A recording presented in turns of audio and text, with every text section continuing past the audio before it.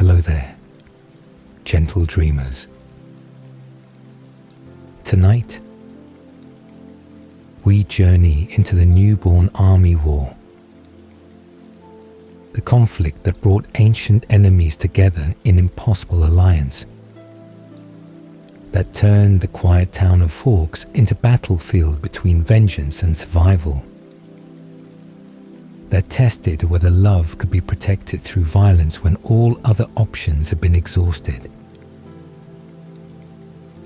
This is the story of Victoria's cold calculation, of wolves and vampires fighting side by side despite instincts screaming.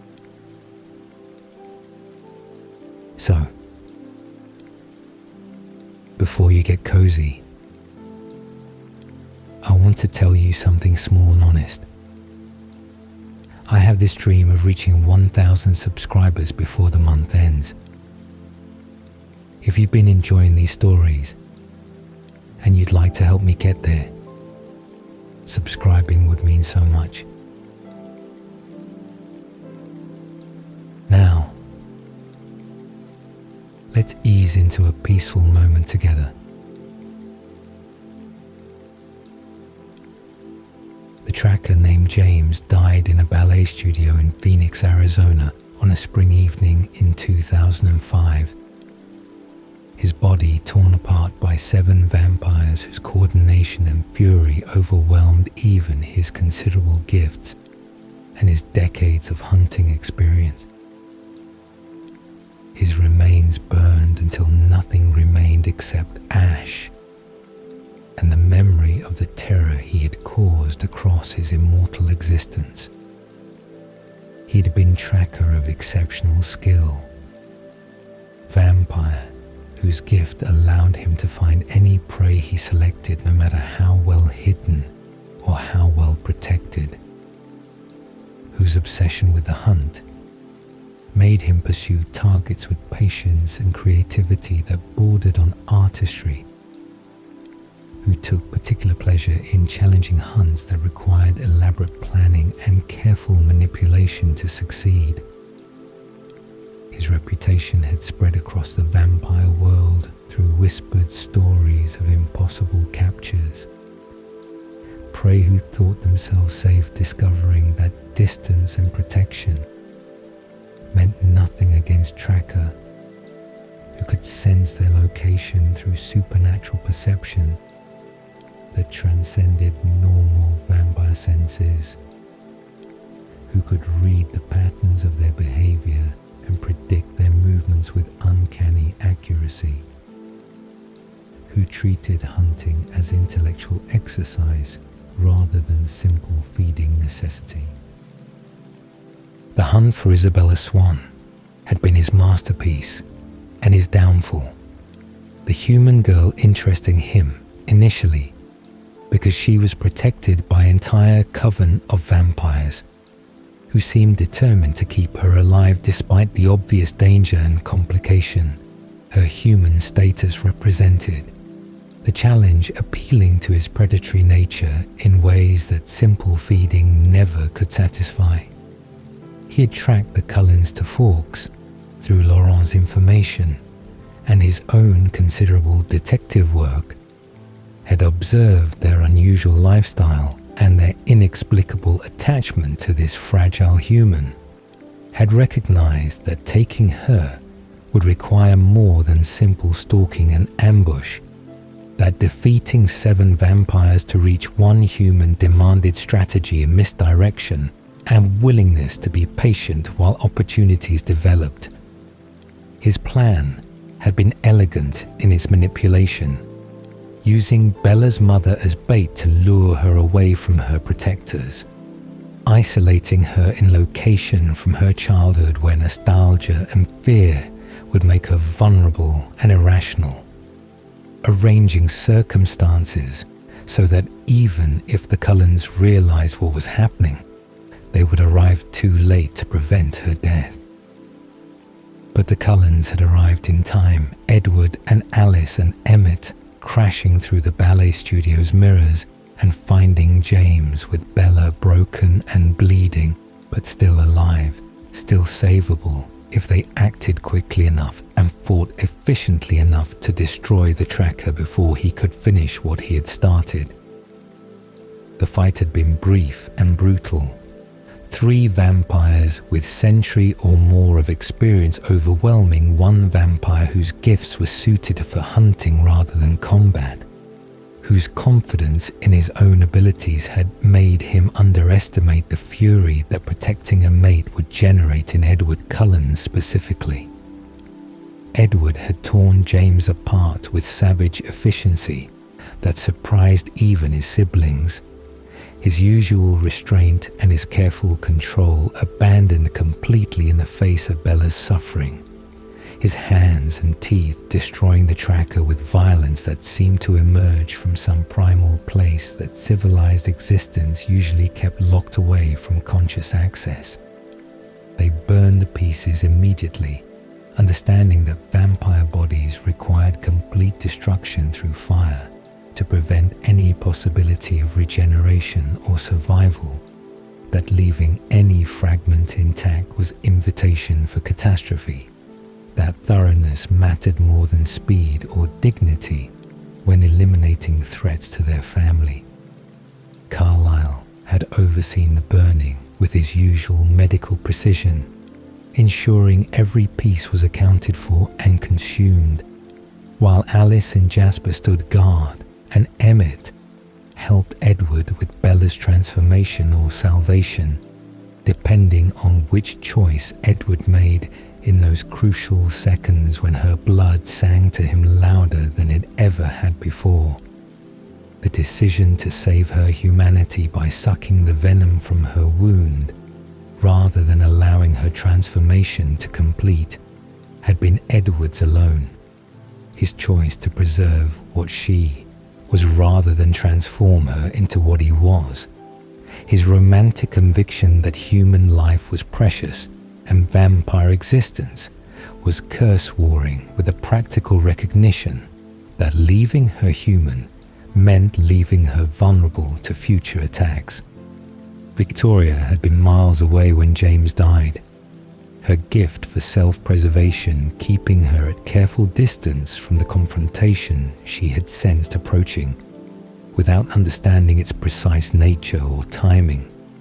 Her supernatural instinct for survival warning her that remaining close to her mate would endanger her in ways that her fierce loyalty struggled against, but ultimately could not overcome. She was vampire of approximately 300 years, turned in the late 1600s somewhere in Europe. Though her exact origins had been lost to the centuries and to her own lack of interest in preserving history that did not serve immediate survival purposes, her life as immortal defined by her particular gift and by her partnership with James, who had become mate and hunting companion, and the only other creature whose company she consistently tolerated across the decades.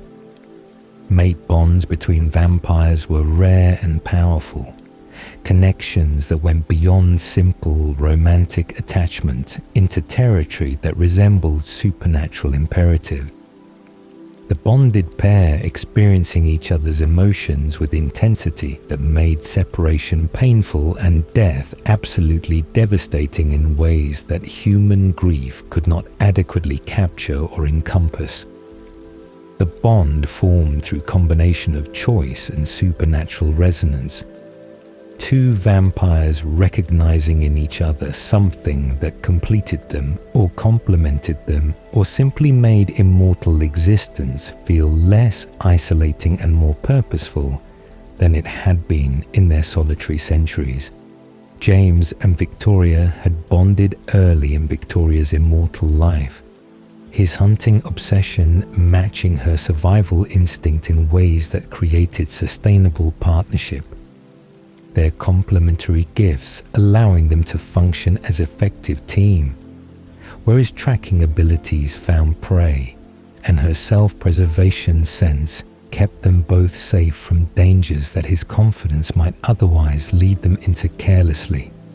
She felt his death as sudden absence, connection that had hummed constantly in her consciousness for centuries, going abruptly silent in ways that made her stumble and gasp, despite not needing to breathe.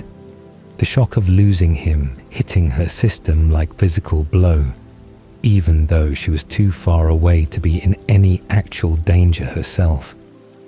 The mate bond did not allow her to experience his final moments directly, but the severance of that connection was unmistakable and irreversible, her mind immediately understanding what had happened, even as her emotions struggled to process the impossible reality that James was gone, that the tracker would survive 3 centuries of hunting and fighting was somehow destroyed, that she was suddenly alone in ways she had not been alone since the early decades of her immortal existence. Laurent found her 3 days later, the nomadic vampire who had been traveling loosely with James and Victoria, bringing news of what he had witnessed at the baseball game where James first caught Bella's scent.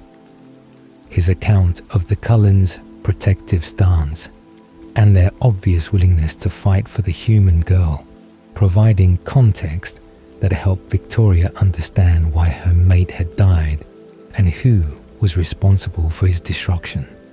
Laurent described the family with mix of respect and wariness, his observations painting a picture of coven that was larger and more organized than typical vampire groups, whose members showed unusual loyalty to each other and to the human who traveled with them, whose leader, Carlisle Cullen, was known across the vampire world as the ancient vampire who had somehow convinced himself and his followers that feeding on animals rather than humans was viable lifestyle choice. 7 vampires working together with coordination that suggested centuries of practice and genuine affection rather than simple alliance of convenience, Laurent explained, his tone suggesting that he understood why James's confidence had been misplaced, that attacking such a group to reach one human had been tactical error regardless of how appealing the challenge might have seemed to the tracker's competitive nature. The Cullens were not ordinary coven, Laurent emphasized. They were family in ways that transcended normal vampire social structures. Their commitment to each other and to their chosen lifestyle, making them dangerous in ways that went beyond simple strength or numbers. Their willingness to kill, to protect their own absolute and unambiguous, despite their usual restraint and their peaceful coexistence with human society. Victoria listened to Laurent's report with increasing coldness, her grief transforming into something harder and more focused as she processed the information and began to formulate response that would honor James's memory, while also respecting her own gift's warnings about direct confrontation. Her self-preservation instinct was screaming at her to flee, to put distance between herself and the Cullens, who had proven themselves capable of destroying vampires who threatened them, to accept James's death as unfortunate consequence of his own miscalculation and move forward with her existence rather than pursuing revenge that might lead to her own destruction. But the mate bond severance created pain that demanded answer, grief that required outlet, emptiness that needed to be filled with something, even if that something was cold purpose rather than warm partnership. She made her decision carefully and methodically, understanding that emotional response would lead to the same fate James had suffered, that winning against the Cullens required strategy that accounted for their advantages and exploited their weaknesses rather than simply attacking them directly and hoping superior numbers or superior skill would prevail. She could not match 7 vampires in direct combat. Her gifts and her personal abilities were not suited for the kind of confrontation that had destroyed James.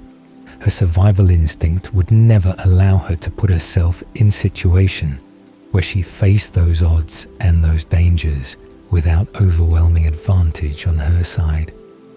But she could be patient, could plan carefully, could learn from James's mistakes and develop an approach that would succeed where his confident frontal assault had failed catastrophically. The human girl was the key, Victoria recognized. Bella Swan, whose blood had called to James so powerfully that he had pursued her despite the obvious danger, whose protection the Cullens valued enough to kill, for without hesitation or restraint, whose continued existence represented the only thing Victoria needed to destroy, to balance the scales and avenge her mate's death appropriately. But attacking Bella directly would fail for the same reasons James's attack had failed. The Cullens were too protective and too coordinated and too experienced to allow another predator to reach her through simple stalking or ambush. Their vigilance heightened now that they understood what dangers their connection to human girl would attract. Their determination absolute that no harm would come to her regardless of what threats or complications her human status created. Victoria needed overwhelming force, needed numbers that would allow her to attack the Cullens with sufficient strength that their coordination and their experience would not matter, needed advantage so decisive that even 7 vampires working together could not prevent her from reaching Bella and destroying her as James had been destroyed. The answer presented itself slowly through Victoria's careful consideration of vampire nature and vampire capabilities. Understanding that newly transformed vampires possess physical advantages that older vampires lacked, that the first year of vampire existence granted strength and speed that surpassed even ancient vampires' abilities, that properly managed group of newborns could overwhelm more experienced opponents through sheer physical superiority, even if they lacked skill or strategy or any real understanding of what they were fighting for or why. Creating vampire army was illegal according to Volturi law, the ancient vampire royalty who ruled their kind from Italy, having established strict prohibitions against the kind of newborn creation that had characterized the Southern Vampire Wars decades earlier, their enforcement brutal and absolute when they discovered violations of this particular law. But Victoria's self-preservation gift suggested that careful approach would avoid Volturi attention, that creating army far from Italy and far from any established vampire territories would allow her to build her force and deploy it and destroy it before the Volturi even learned about its existence, that speed and distance and careful planning would let her pursue her revenge without suffering the consequences that normally followed illegal newborn creation. She began planning in detail through the late spring and summer of 2005, researching the Cullens' patterns and their location and their apparent lifestyle, learning about Forks and the surrounding area and the logistics that would be necessary to create army close enough to attack, but far enough away to avoid immediate detection. Seattle emerged as obvious choice. The city large enough to hide disappearances and violent enough that unexplained deaths would be attributed to human criminals, rather than supernatural predators, its proximity to Forks allowing relatively quick strike, while its distance prevented the Cullens from easily monitoring what was happening there or recognizing the threat building systematically across the months. Victoria committed herself to the plan with the same cold focus, that had kept her alive for 3 centuries, her grief channeled into purpose, her mate Bond's absence filled with determination that felt almost like the connection she had lost, her existence suddenly organized around a single goal that would define her immortality until it was achieved, or until it destroyed her in the attempting. She would build an army of newborn vampires in Seattle. She would train them minimally but sufficiently. She would point them at Forks and at Bella Swan specifically, and she would watch from safe distance as they overwhelmed the Cullens through sheer numbers and superior strength, and accomplished what James had died trying to achieve alone. The human girl would die screaming, Victoria promised herself, and only then would James's death be properly avenged and the mate Bond's severance be answered with equivalent loss inflicted on the vampires who had dared to destroy the tracker, who had been Victoria's partner and purpose for centuries of immortal existence. The southern vampire wars that consumed Texas and northern Mexico through the 1840s and 1850s and into the early 1860s were territorial conflicts driven by the particular resources that vampires valued most. The vast human populations moving westward during American expansion, creating feeding grounds that multiple covens fought to control and defend against encroachment. The violence escalating from individual disputes into organized warfare that transformed the entire region into battlefield, where immortals destroyed each other with systematic brutality that left the landscape littered with burning vampire remains and traumatized human communities who sensed predators among them without understanding the supernatural nature of the danger they faced. The wars were characterized by innovation in vampire combat tactics, specifically the weaponization of newly transformed vampires whose physical capabilities during their first year of immortal existence made them devastatingly effective soldiers despite their complete lack of experience or training or understanding of what they were fighting for beyond the instinctual aggression that defined newborn consciousness. Jasper Whitlock had been human cavalry officer in the Confederate Army when he encountered Maria in 1863. The young major traveling through Texas on military business when the beautiful vampire decided his particular qualities made him valuable enough to transform, rather than simply drain and discard, like the countless humans she had fed upon across her decades of immortal existence. She saw in him leadership ability and combat experience and the kind of charisma that made men follow him willingly into danger.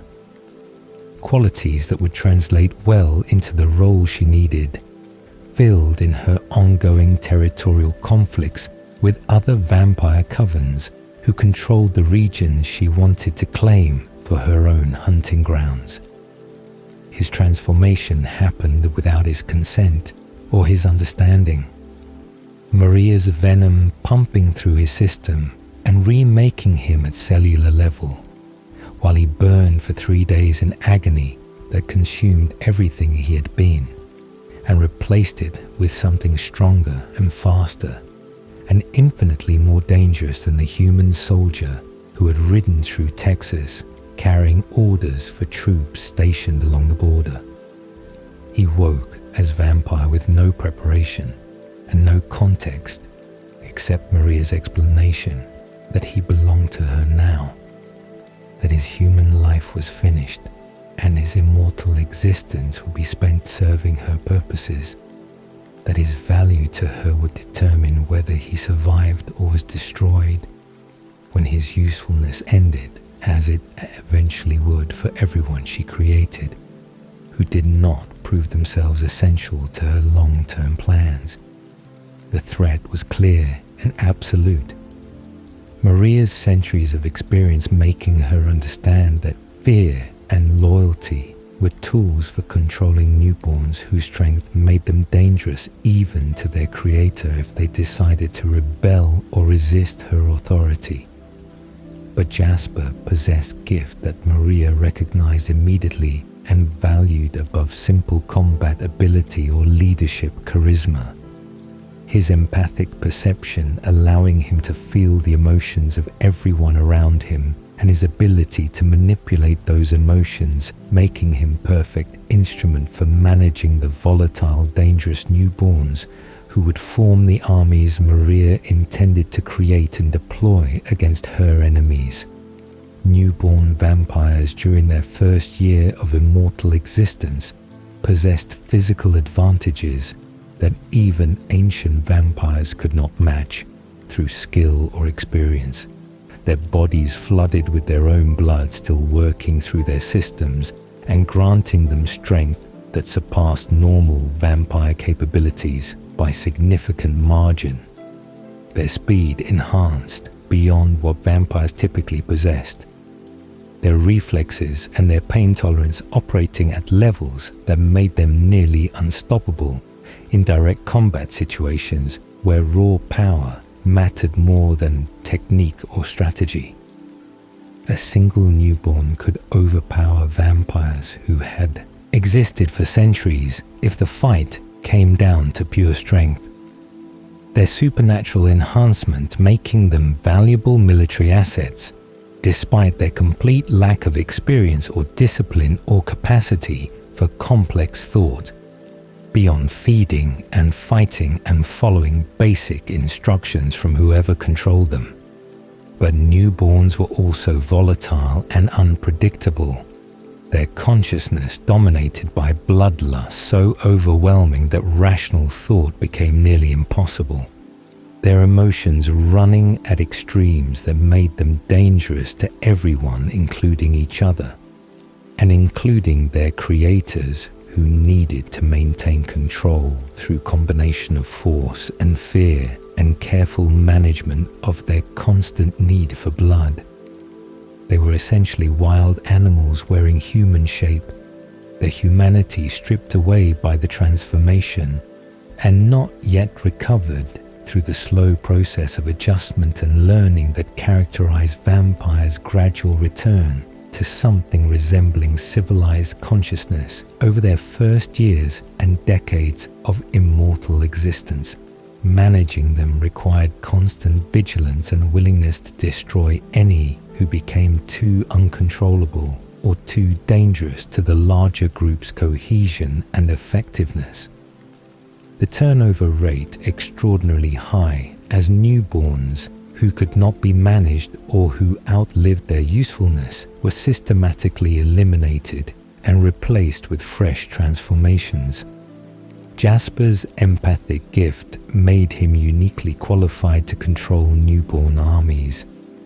His ability to feel their emotions, allowing him to identify which individuals were becoming dangerously unstable before they acted on their violent impulses. His power to manipulate feelings, enabling him to calm aggression when necessary, or to inflame it when Maria needed them battle-ready and willing to fight without hesitation or fear. He could dampen their bloodlust enough to make them trainable, could amplify their aggression when deploying them against enemy forces, could create loyalty, or at least obedience through emotional manipulation that made them feel devoted to him and to Maria, even though that devotion was artificial construction rather than genuine attachment. His gift turned him into a weapon as valuable as the armies themselves. His ability to manage dozens of volatile newborns simultaneously making Maria's military campaigns possible in ways they would not have been without his particular supernatural talent. Maria put him to work immediately after his transformation. His first assignments involving helping manage the existing army she had already created before his arrival. the older newborns who were approaching the end of their first year and would soon need to be destroyed and replaced with fresh soldiers who possessed the superior strength that made newborns valuable in the first place. He learned quickly through necessity and through Maria's harsh instruction, understanding that his survival depended on his usefulness, and that usefulness meant successfully training and managing and eventually destroying the vampires Maria created for her territorial ambitions. The cycle was relentless and horrifying. New humans transformed every few weeks to replace newborns whose first year had ended and whose strength had diminished to normal vampire levels. The systematic creation and destruction, creating conveyor belt of death that would consume hundreds of lives across the decades, Jasper spent serving Maria's strategic goals. The training Jasper provided focused on basic combat effectiveness rather than sophisticated technique.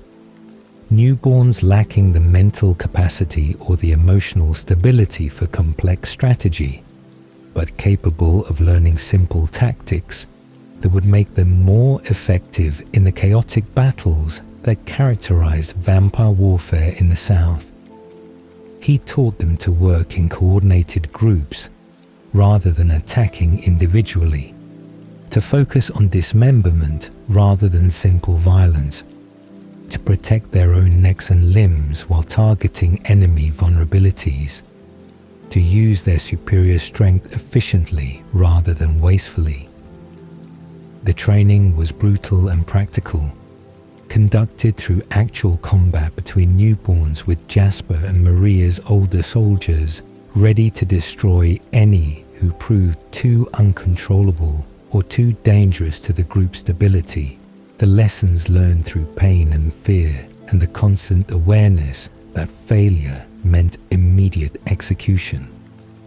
The actual battles against rival covens were nightmarish exhibitions of violence and destruction. 20 or 30 newborns deployed against enemy forces who might have superior experience but could not match the raw physical power that newborn strength provided.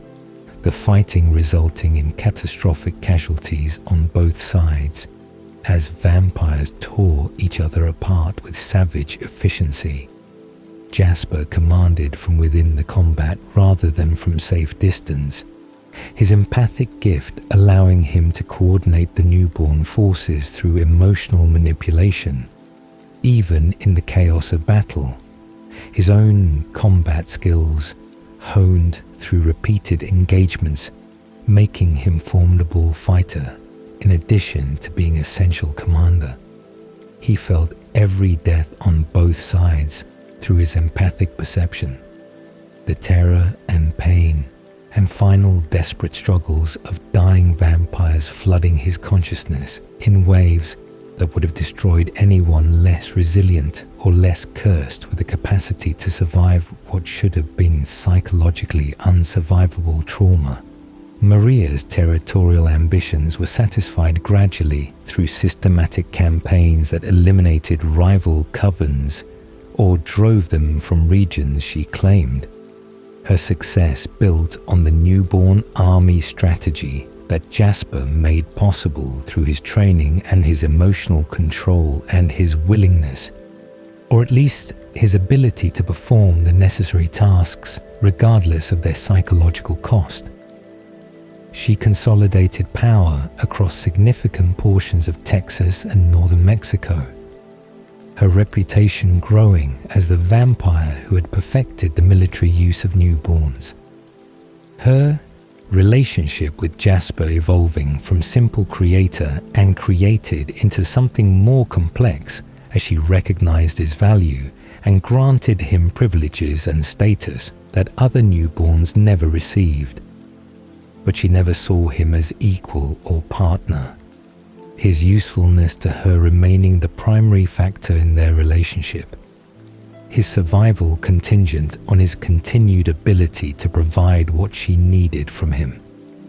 The worst aspect of Jasper's role was not the combat or the training, but the systematic destruction of newborns who had survived their first year and no longer possessed the superior strength that made them valuable to Maria's military operations.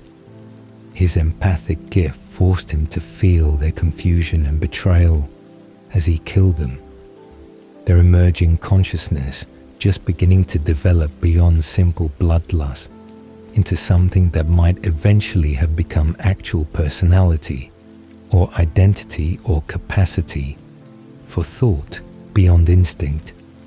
Their trust in him as their commander, making the executions even more horrible because they didn't understand why the vampire who had trained them and led them was now destroying them without warning or explanation. He killed hundreds across the decades, maybe thousands if he ever allowed himself to count, which he did not, because counting would have made the horror even more unbearable than it already was. Each death adding weight to accumulated trauma that crushed him under burden, that grew heavier with every passing year. Peter was exception to the usual pattern. Newborn who survived past his first year, because Jasper recognized in him intelligence and adaptability that made him useful beyond simple combat effectiveness. His retention approved by Maria, because Jasper's judgment about vampire potential had proven reliable across years of managing her armies. Peter became something like friend within the constraints of their situation, another vampire who understood the horror of what they were doing and who shared Jasper's growing exhaustion with the endless cycle of creation and destruction that defined their existence.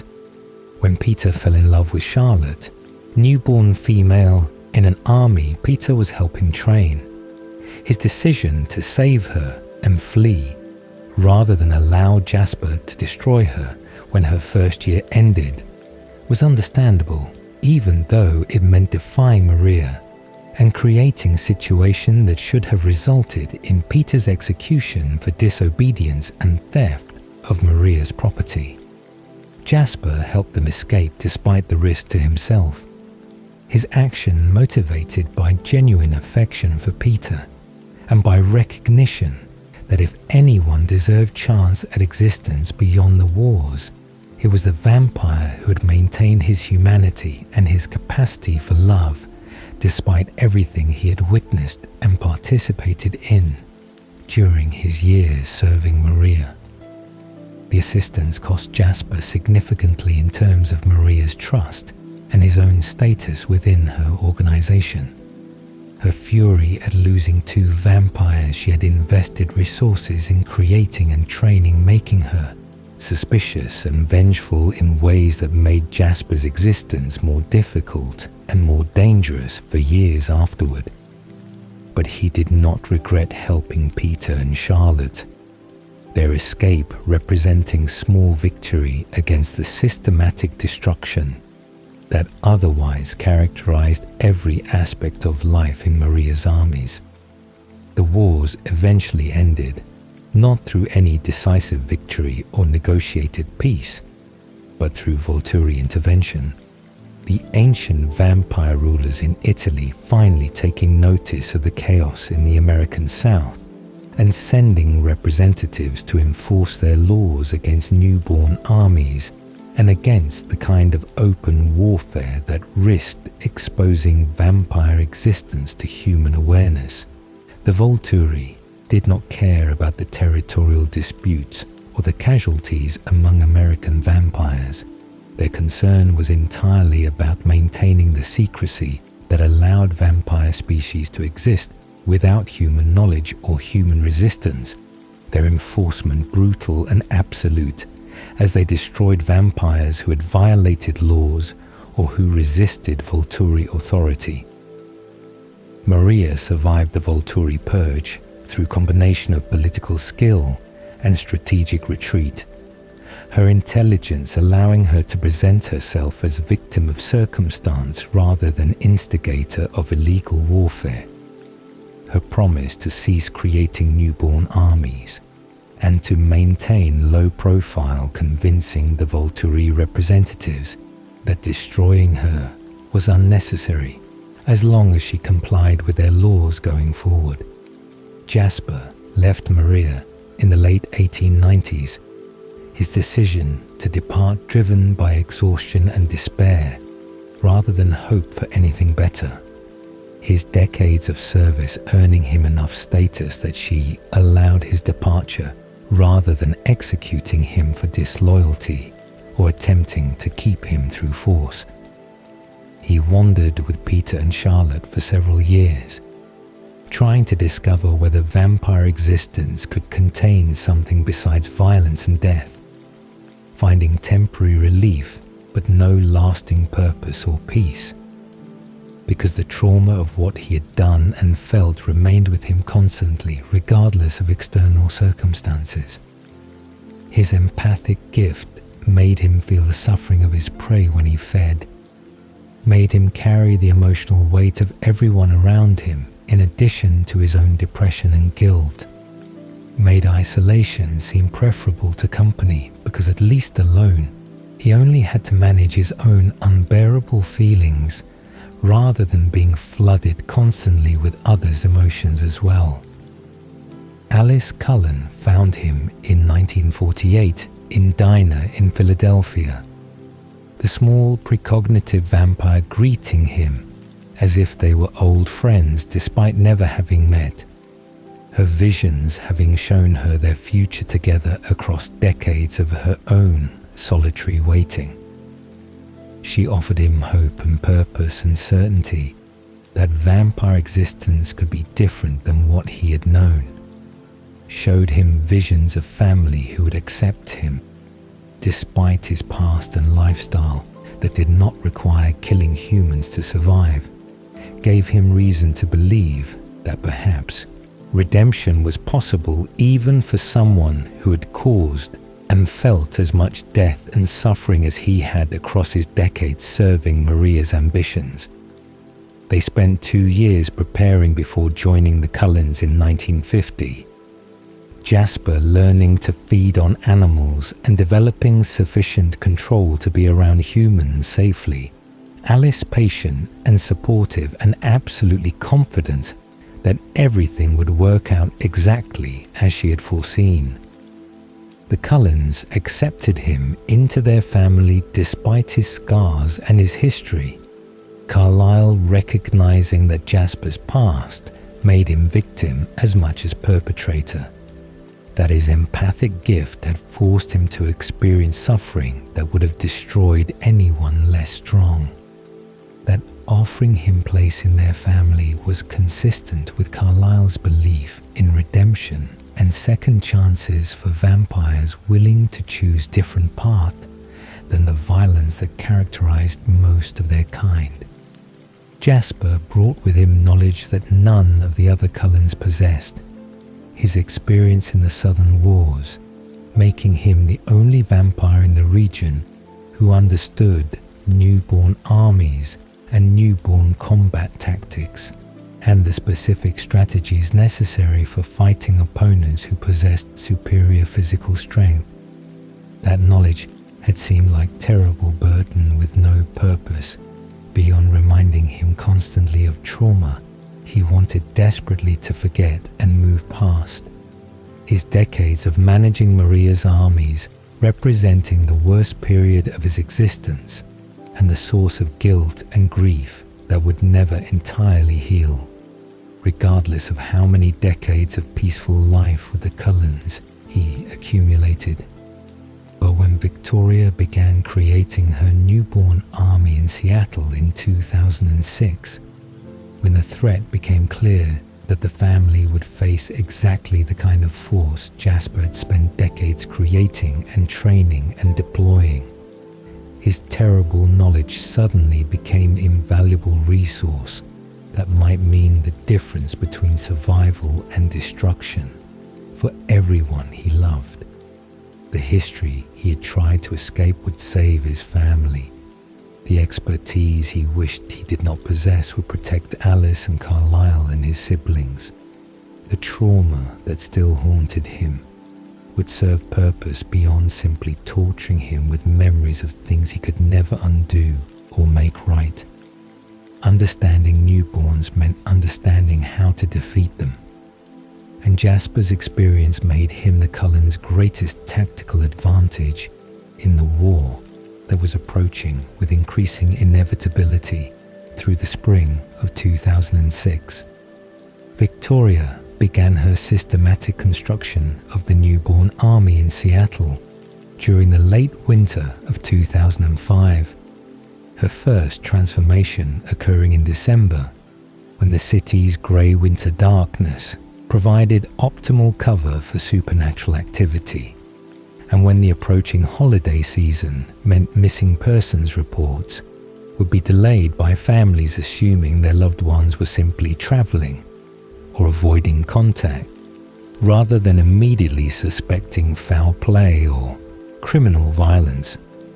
She selected Seattle for multiple strategic reasons that her centuries of survival experience had taught her to consider carefully before committing to any plan that involved extended presence in specific location.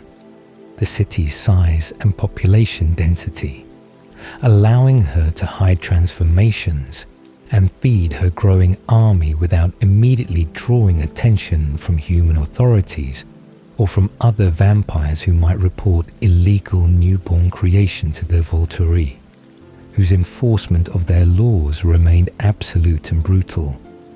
The geographic considerations were equally important. Seattle sitting approximately 120 miles north of Forks and connected by highway that would allow newborn army to reach the Cullens' territory in matter of hours. Once Victoria decided the force was large enough and sufficiently prepared to deploy against 7 experienced vampires whose coordination and commitment to each other made them far more dangerous than their numbers alone would suggest. The distance was sufficient to prevent the Cullens from easily monitoring what was happening in Seattle or recognizing the pattern of disappearances and violence as vampire-related rather than simply human criminal activity, but close enough that Victoria could maintain awareness of the Cullens' movements and strike quickly when opportunity presented itself, or when her army reached critical mass that would allow overwhelming assault despite the defenders' advantages. Her victim selection followed careful pattern designed to minimize investigation and maximize the quality of her soldiers. Victoria choosing individuals from Seattle's vulnerable populations who existed on society's margins and whose disappearances would not trigger immediate intensive police response or media coverage that might force her to abandon the operation before completing her army's creation. She haunted areas where homeless populations gathered, where runaways congregated, where drug addicts and sex workers and others whom mainstream society ignored or dismissed conducted their difficult, dangerous existences without safety nets or support systems that would notice their absence quickly. These were people whose lives had already been characterized by violence and exploitation, whose trust had been broken repeatedly by institutions and individuals who should have protected them, whose disappearance into vampire's grasp was simply final betrayal in long series of abandonments and failures. But Victoria was not indiscriminate in her selections, her experience teaching her that certain physical and psychological characteristics would translate better into effective newborn soldiers despite the general volatility and unpredictability that characterized all newly transformed vampires regardless of their human qualities. She preferred young adults in their late teens or early 20s whose physical development was complete, but whose identities remained somewhat fluid and whose capacity for following authority had been established Through years of navigating institutional systems or street hierarchies, she selected for size and strength when possible, understanding that larger humans would become larger vampires with corresponding advantages in combat situations. But she also valued quickness and aggression, and a particular kind of desperation that came from lives lived in constant survival mode, where violence was familiar rather than shocking. Riley Beers became her first transformation, and her lieutenant, the young man from Forks, whose disappearance in December of 2005 had briefly concerned Bella and the other students at Forks High School, before the assumption that he had simply run away or met with mundane accident replaced initial worry with gradual forgetting.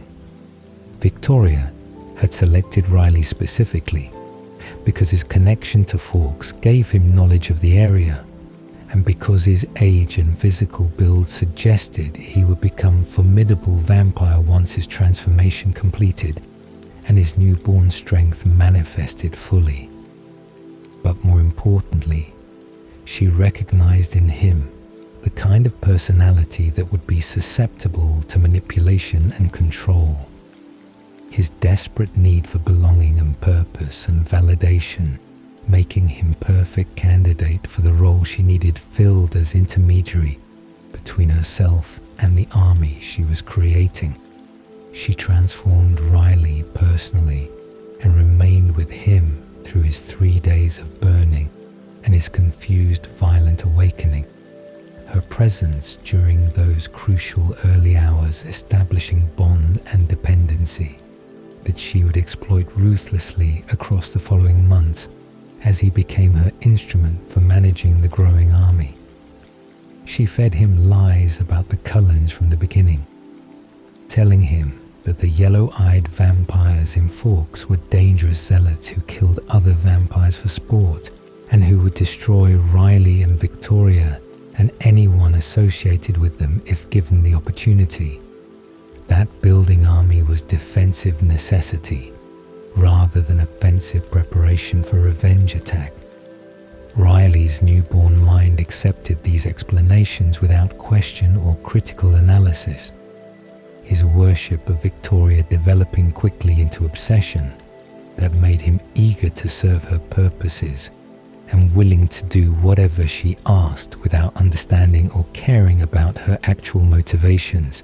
Victoria used Riley to create and manage the subsequent newborns, teaching him the minimal skills necessary to perform transformations and providing basic instruction about how to control the volatile, dangerous vampires who would emerge from their burning with nothing but bloodlust and confusion and strength that made them threats even to their creators.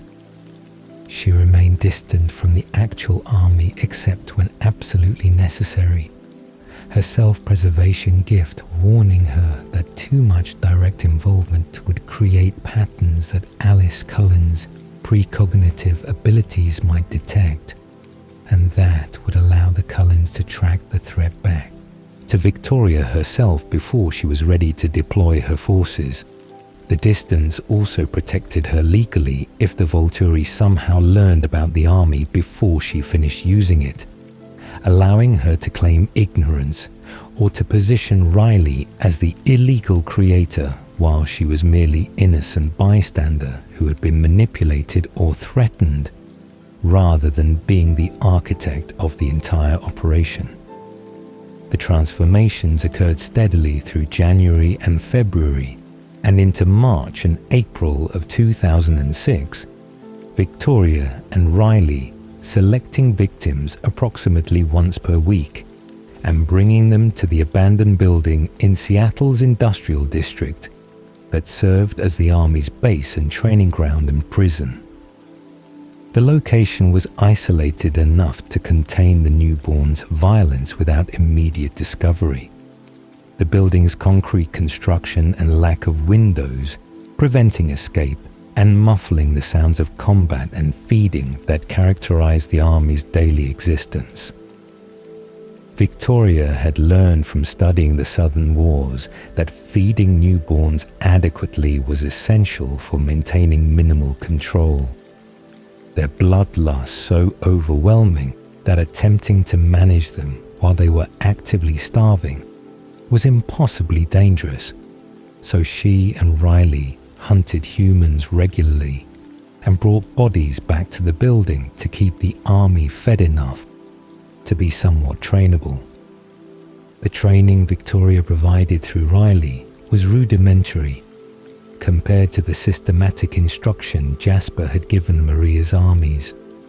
Her knowledge of vampire combat limited to her own experience, and her focus entirely on creating force that could overwhelm through numbers rather than through skill or coordination. Riley taught them to fight in groups rather than individually, to recognize enemies by scent, to focus attacks on dismemberment rather than simple violence, to protect their own necks while targeting opponents' vulnerabilities. The instruction was basic and brutal, conducted through forcing newborns to fight each other, while Riley used fear and pain to establish dominance and enforce obedience. The casualties during training phase significant as weaker or more unstable newborns were destroyed by their fellows or by Riley when they proved too uncontrollable to serve Victoria's purposes. The newborns themselves existed in a state of constant confusion and aggression, their human memories fragmented and overlaid with overwhelming physical sensations and supernatural instincts they had no context for understanding or controlling. They knew hunger that dominated every thought, strength that made concrete walls crumble under their hands, speed that turned normal movement into blur, senses that overwhelmed them with information they could not process or filter effectively.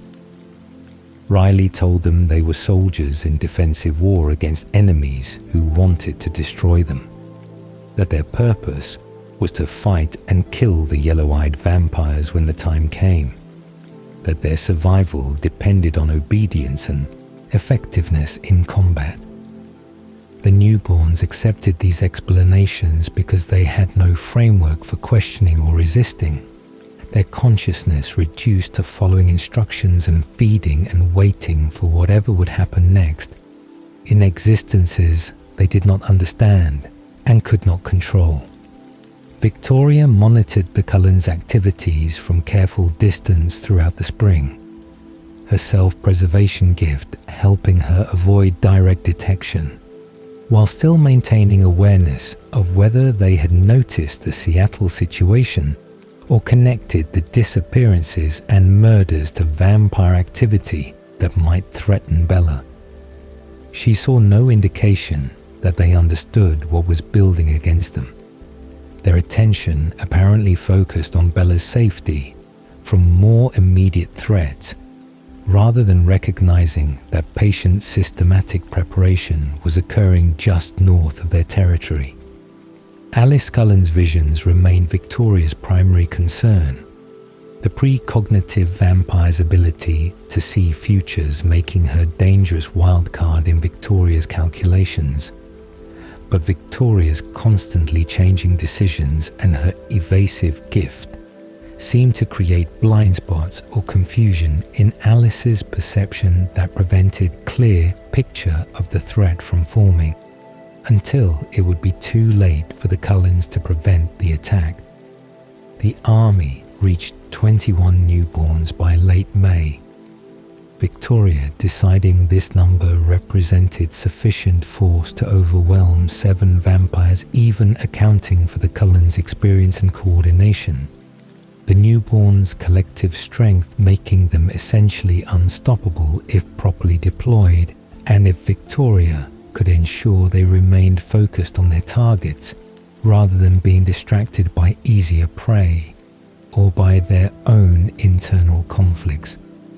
She began the final phase of preparation, Riley intensifying the combat training and reinforcing the lies about the Cullens being their enemies. Victoria planning the attack route and timing and developing contingencies for various possible Cullen responses. She felt satisfaction at how completely her plan had come together, how thoroughly she had learned from James's mistakes and created strategy that would succeed where his confident direct approach had failed catastrophically. The Seattle authorities were becoming increasingly concerned about the violence and disappearances, the media coverage growing more intense as the body count rose and the pattern suggested serial killer or organized criminal activity beyond normal gang violence or drug-related murders. Victoria knew the situation could not continue much longer without drawing Volturi attention.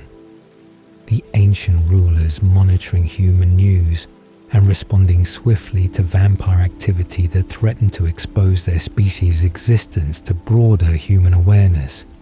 But she only needed few more weeks, just enough time to finalize preparations and wait for optimal moment to deploy her army against the Cullens and accomplish the revenge that would finally answer the mate bond's severance and allow her to move forward from grief that had consumed her existence since James's death in the Phoenix Ballet Studio more than a year earlier.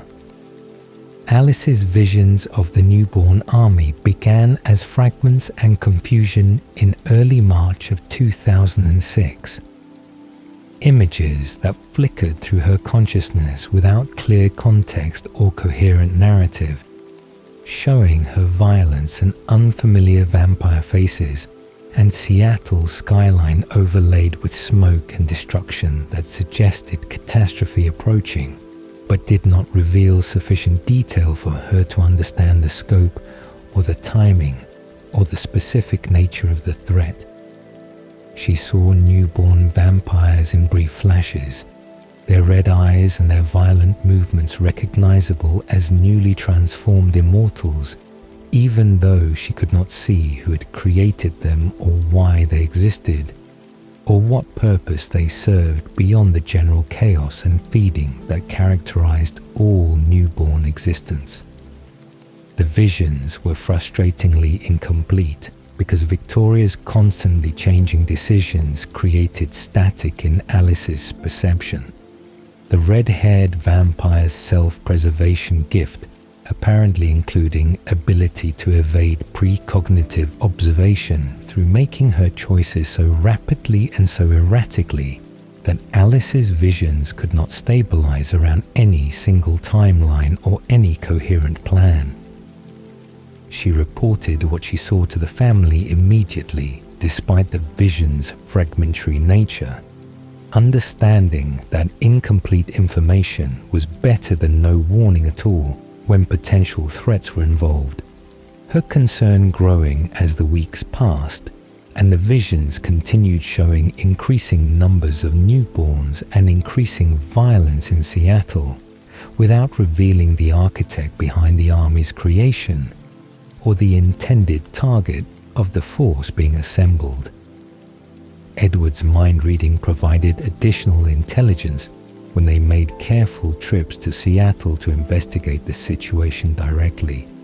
His ability to hear human thoughts revealing the fear and confusion spreading through the city's population as disappearances and murders escalated beyond what normal criminal activity could explain.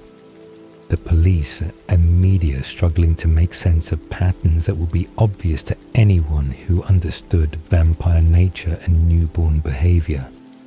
Carlyle called family meeting in mid-April, when Alice's visions showed the army approaching 20 vampires, and when the situation could no longer be dismissed as isolated newborn creation that would resolve itself through Volturi intervention, or through the natural chaos that typically destroyed illegal armies before they could accomplish whatever purpose their creator intended.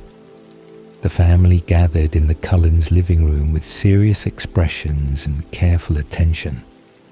understanding that Alice's gift rarely provided warnings this persistent unless genuine danger was approaching, that her visions had saved them repeatedly across decades and should be treated with appropriate gravity even when the details remained frustratingly unclear. Carlyle stood near the windows with his characteristic calm authority, his centuries of experience and his role as family patriarch, making him natural leader for these discussions, even though every member contributed equally to decisions that affected their collective safety and their continued existence in whatever location they currently occupied. Alice explained what she had seen with careful precision, describing the newborns and their numbers and the violence radiating from Seattle, acknowledging the gaps in her perception where Victoria's involvement should have been visible, but remained obscured by decisions changing too rapidly for clear vision to form. She showed them the futures where the army attacked, the branching possibilities that revealed combat and danger and potential casualties among the family depending on how they responded and how well they prepared. Her gift allowing her to see multiple outcomes simultaneously and to identify which decisions would lead toward survival and which would lead toward catastrophe. The visions were not encouraging. 20 newborns represented overwhelming force, even accounting for the Cullens' experience and coordination. The mathematics of combat suggesting that 7 vampires could not reliably defeat that many opponents who possess superior strength, even if the defenders fought with perfect efficiency and perfect teamwork.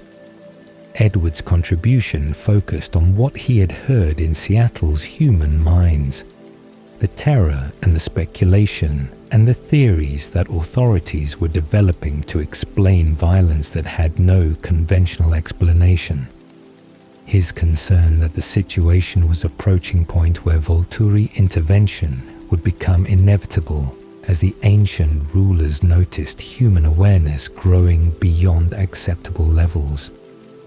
But more importantly, Edward had caught glimpses in certain minds of vampires moving through Seattle, brief encounters or distant sightings that humans had dismissed or rationalized, but that his mind reading confirmed as genuine vampire presence.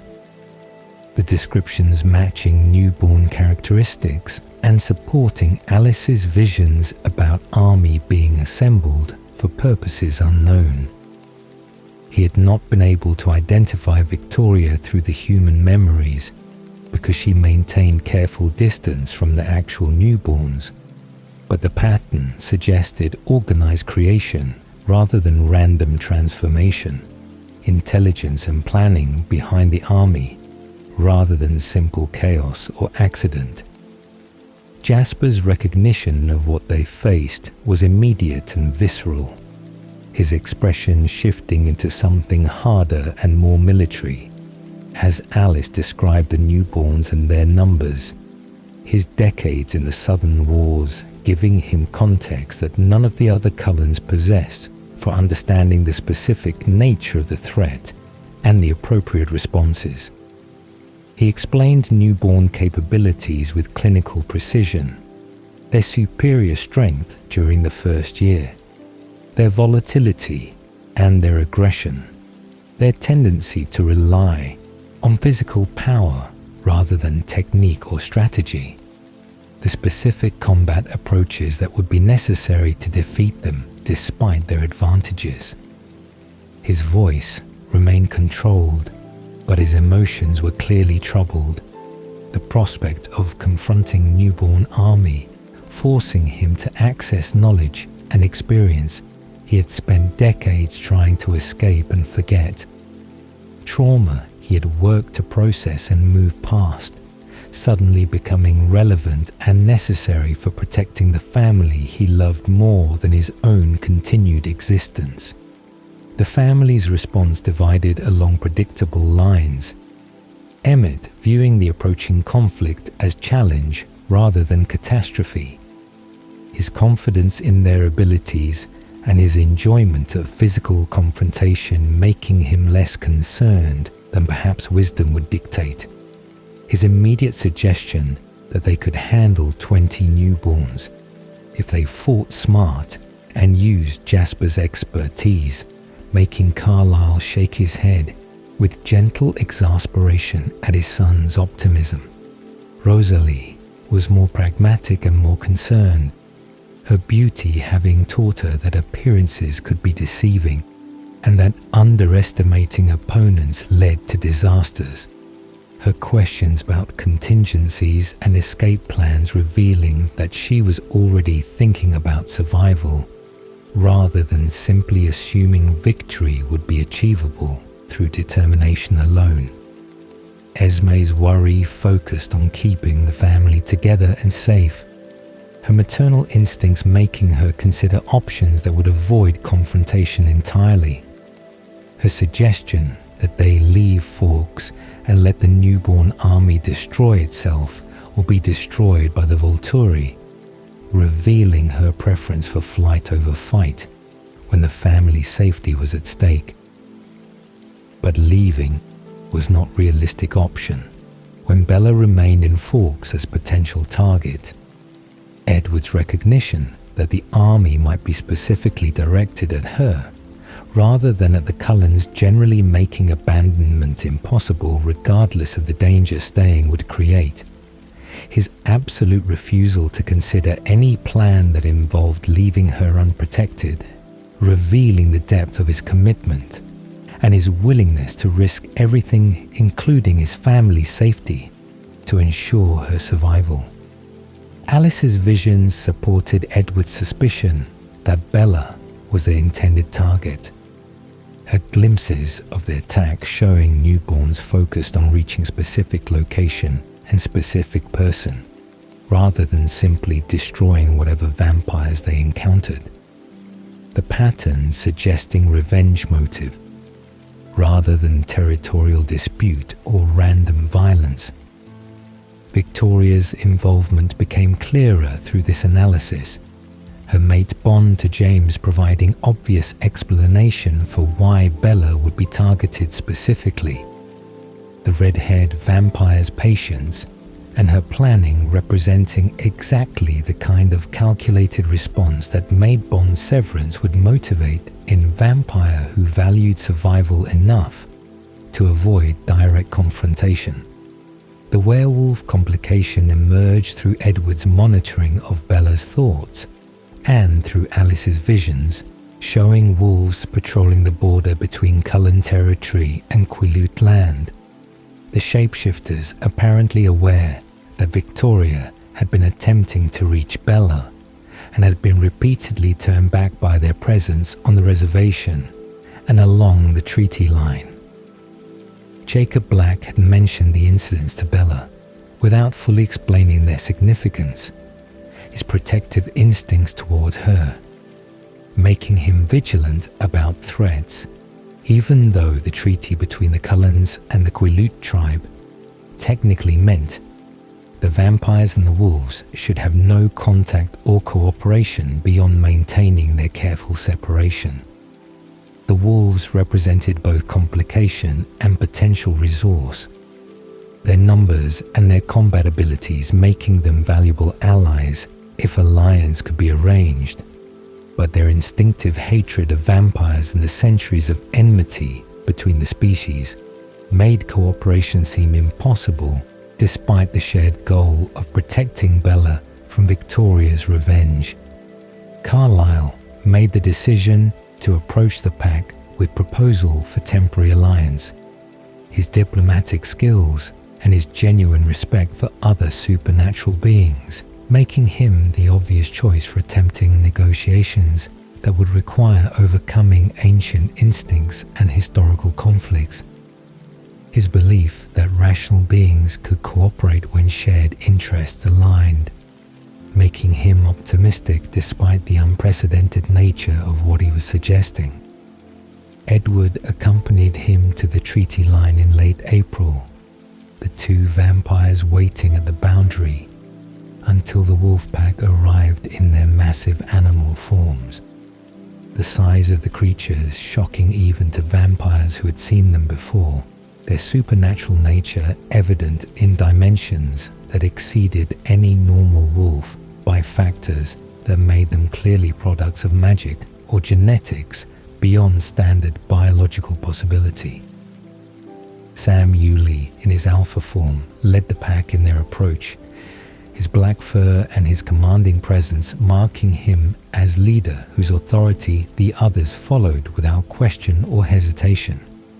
His intelligence evident in how carefully he positioned his pack to maintain tactical advantage while still allowing communication attempt to proceed. The negotiation happened through Edward's mind-reading ability. The wolves, thinking their responses to Carlisle's proposal, rather than shifting to human form and speaking aloud.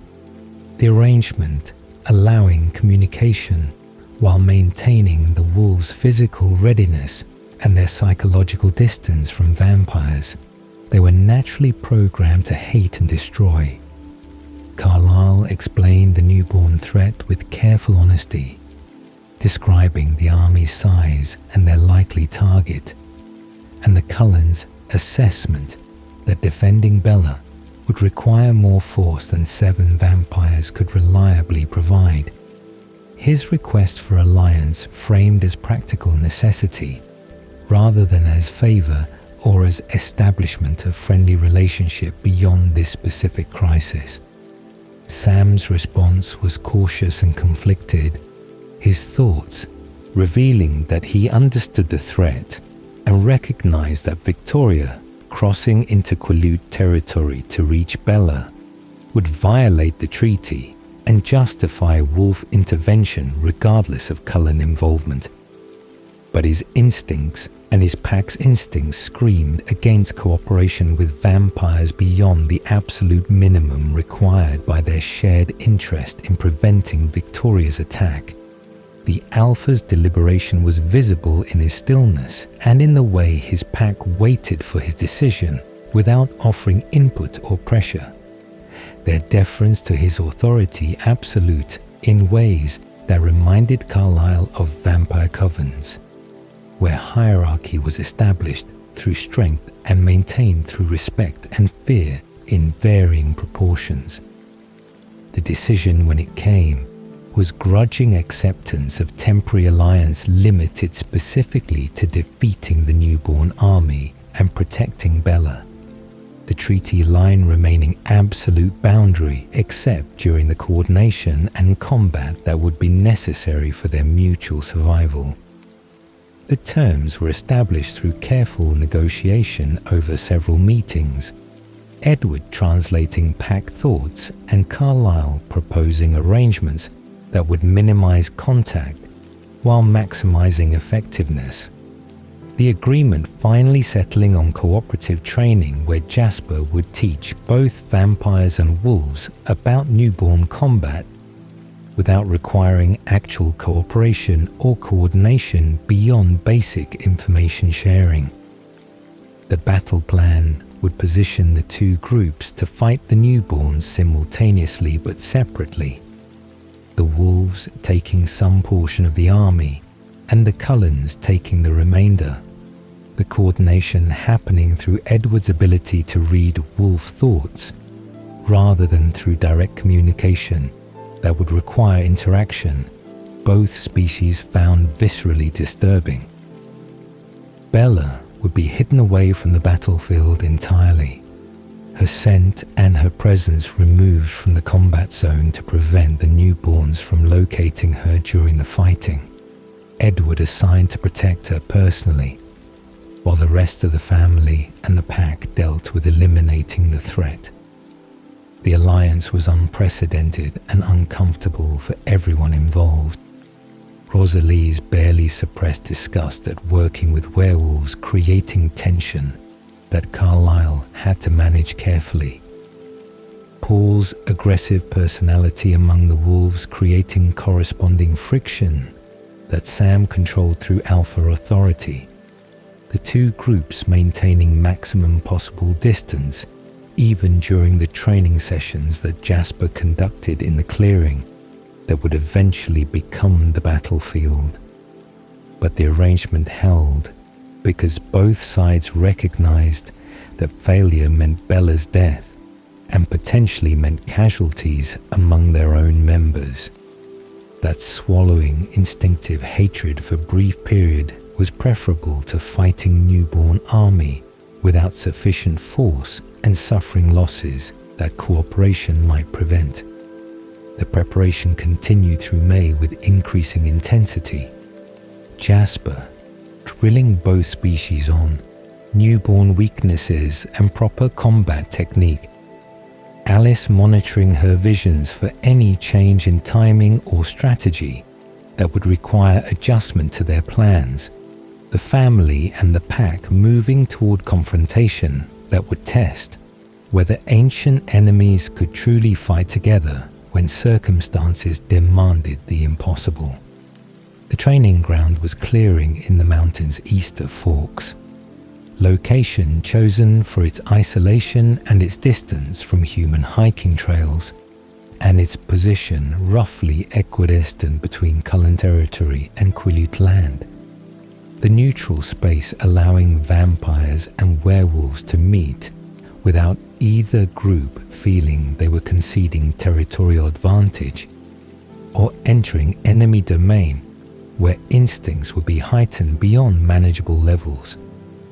The clearing was approximately 200 feet across and surrounded by dense forest of Douglas fir and western hemlock, the trees towering overhead and creating natural amphitheater that would contain their activities while providing multiple approach vectors and escape routes that both species evaluated instinctively upon first arrival. The ground was covered in moss and ferns and undergrowth that would be trampled flat through repeated training sessions. The vegetation unable to withstand the supernatural forces that would move across it with speed and strength that exceeded anything natural ecology was designed to accommodate. Jasper stood at the center of the clearing during the first training session in early May, his posture military and his expression harder than his family had seen in years. The necessity of accessing his Southern Wars experience forcing him to become again the soldier and the commander he had been under Maria's control. The transformation unsettling for Alice, who watched from the clearing's edge and felt through their bond the resurgence of trauma he had worked decades to process and move beyond.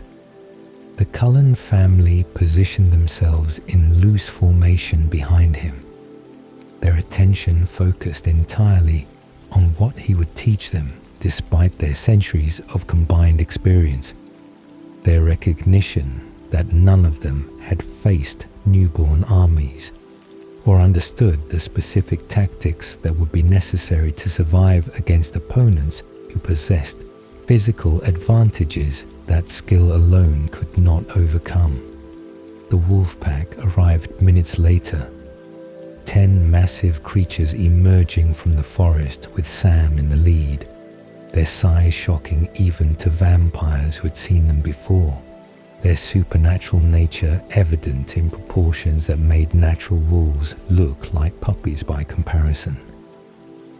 The wolves maintained careful distance from the vampires, positioning themselves across the clearing with perhaps 50 feet of open space separating the two groups, their body language radiating hostility and discomfort that their alpha's authority barely contained, their instincts screaming at them to attack the cold ones whose presence felt wrong and threatening in ways that transcended rational assessment or conscious decision-making.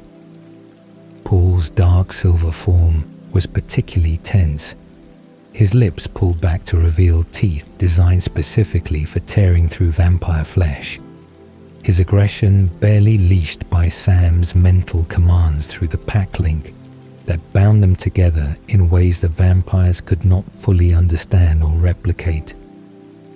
Embry and Quill flanked Sam in positions that suggested they were his lieutenants, or at least his most trusted packmates, while Jared and the others spread out to cover more ground and maintain tactical awareness of their surroundings and the vampires both. Jasper began speaking without preamble or social niceties, his voice carrying across the clearing with authority that came from decades of commanding soldiers in actual warfare rather than from theoretical knowledge or academic study of combat principles. His experience giving weight to every word and making even Emmett stop his usual joking and pay attention with unusual seriousness.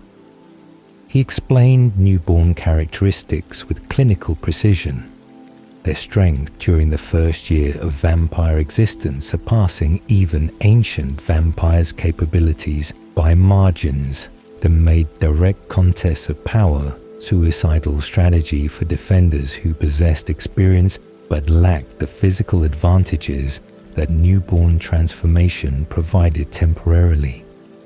A newborn could overpower Emmett despite his size and his strength, could move faster than Edward despite his century of existence, could fight through injuries that would incapacitate older vampires who had learned to be cautious about damage because they had experienced pain enough times to develop healthy respect for avoiding it. But newborns were predictable in their unpredictability, Jasper explained, their volatility following patterns that experienced fighters could anticipate and exploit, their reliance on strength making them vulnerable to technique and leverage and precision that older vampires had developed through necessity when their own newborn advantages had faded and they had been forced to survive through skill rather than through raw power. Newborns attacked with reckless aggression, throwing themselves at opponents without strategy or without consideration for their own safety. Their pain tolerance and their confidence in their physical superiority, making them careless in ways that created openings for fighters who knew what to look for and how to capitalize on mistakes. They protected their fronts while leaving their backs exposed, focused on their current target while losing awareness of their surroundings, committed fully to attacks without maintaining balance or position that would allow quick recovery or defensive response when their aggression was countered or avoided. The fundamental weakness of newborns was their inability to think beyond immediate moment, their consciousness so dominated by bloodlust and aggression that tactical planning or strategic coordination was essentially impossible. Their fighting, reduced to series of individual attacks, rather than cohesive group effort, even when they were deployed in armies that should theoretically have overwhelming numerical advantage. Experienced vampires fighting as coordinated unit could defeat much larger numbers of newborns through superior positioning and superior teamwork and superior ability to think several moves ahead, rather than simply reacting to immediate stimulus. But coordination required trust and communication, and shared understanding of tactics, advantages that the Cullens possessed through their decades as family, but that the combined force of vampires and wolves would struggle to achieve given their mutual hostility and their inability to communicate directly during combat. Jasper demonstrated proper technique using Emmett as training partner, the two of them moving through combat sequence that showed how to use opponents' strength against them, how to redirect attacks rather than meeting them head-on, how to create leverage that allowed smaller fighter to control larger opponents' momentum and positioning. Emmett attacked with newborn-like recklessness, throwing himself forward with speed and power that would have been devastating if it connected. But Jasper sidestepped and redirected and used Emmett's own momentum to send him tumbling past and off balance. The demonstration showing how aggression without control created vulnerability that skilled fighter could exploit. The key was never meeting newborn strength directly, never allowing the fight to become contest of power where their physical advantages would prevail, instead focusing on precision and timing and technique that turned their aggression into liability rather than asset.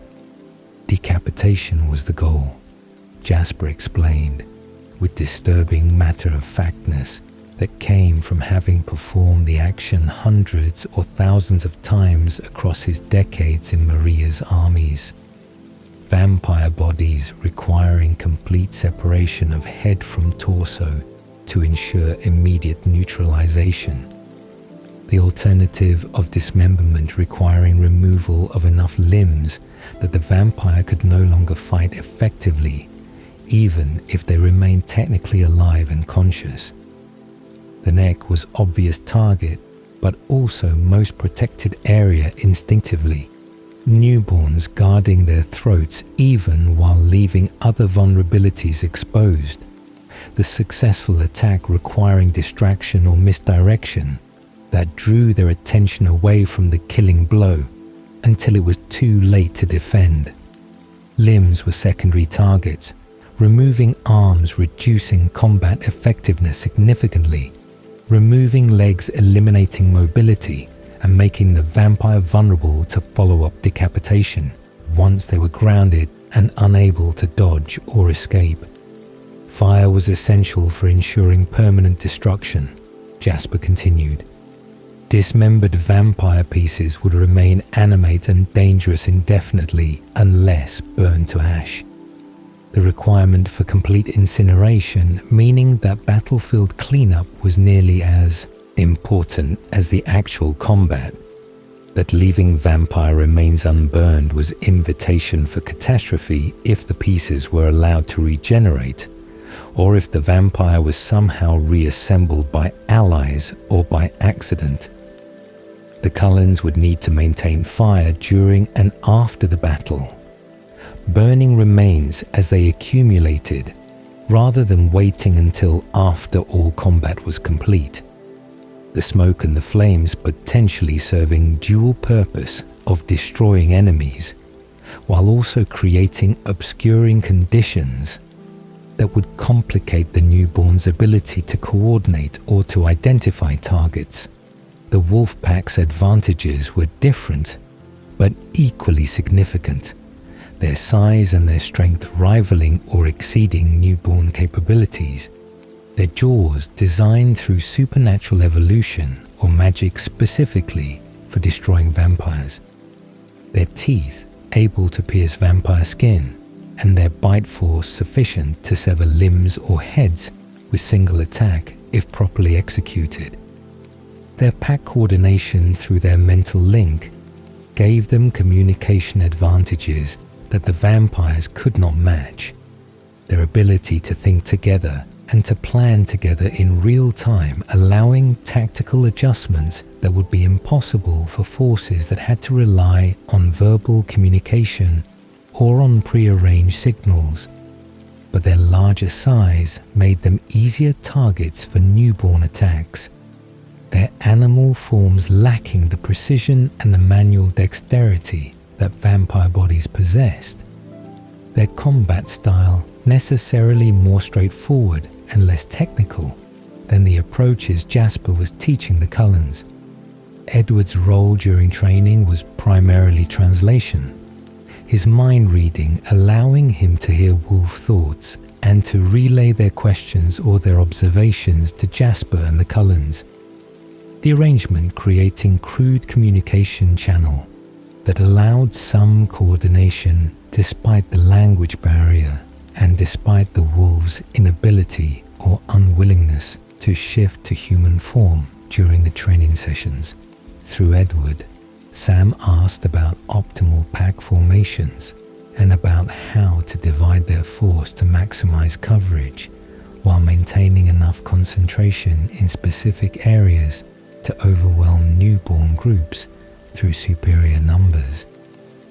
Through Edward, Leah questioned whether female wolf would be effective in combat or whether her smaller size compared to male wolves would make her liability, her thoughts revealing insecurity that Sam immediately countered with absolute confidence in her abilities and her value to the pack.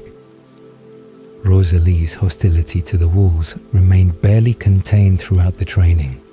Her disgust at their smell and her revulsion at their presence, making her snappish and dismissive in ways that Carlyle had to manage carefully to prevent the alliance from fracturing before the battle even occurred. Her comments about working with animals, drawing growls from several wolves until Sam's alpha authority reasserted control. Emmett found the entire situation entertaining rather than threatening. His personality, unable to take anything too seriously for too long. His jokes about vampire and werewolf teams competing for highest kill count during the battle drawing, exasperated looks from Carlyle, and genuinely amused mental responses from some of the younger wolves, who apparently shared his competitive nature despite their mutual species-based hostility. Alice's frustration with her gifts' limitations was evident as she watched the training, her visions showing her the coming battle, but with massive blind spots where the wolves would be fighting.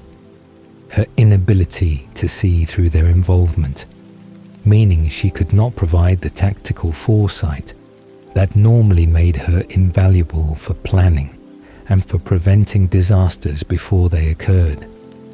She could see the Cullens portion of the fight with reasonable clarity, could identify which decisions would lead to better outcomes and which would create unnecessary danger, but the wolves' actions remained completely opaque to her perception, their futures invisible in ways that made her feel partially blind and partially useless, despite everyone's assurances that her limited visions were still more valuable than having no precognitive ability at all.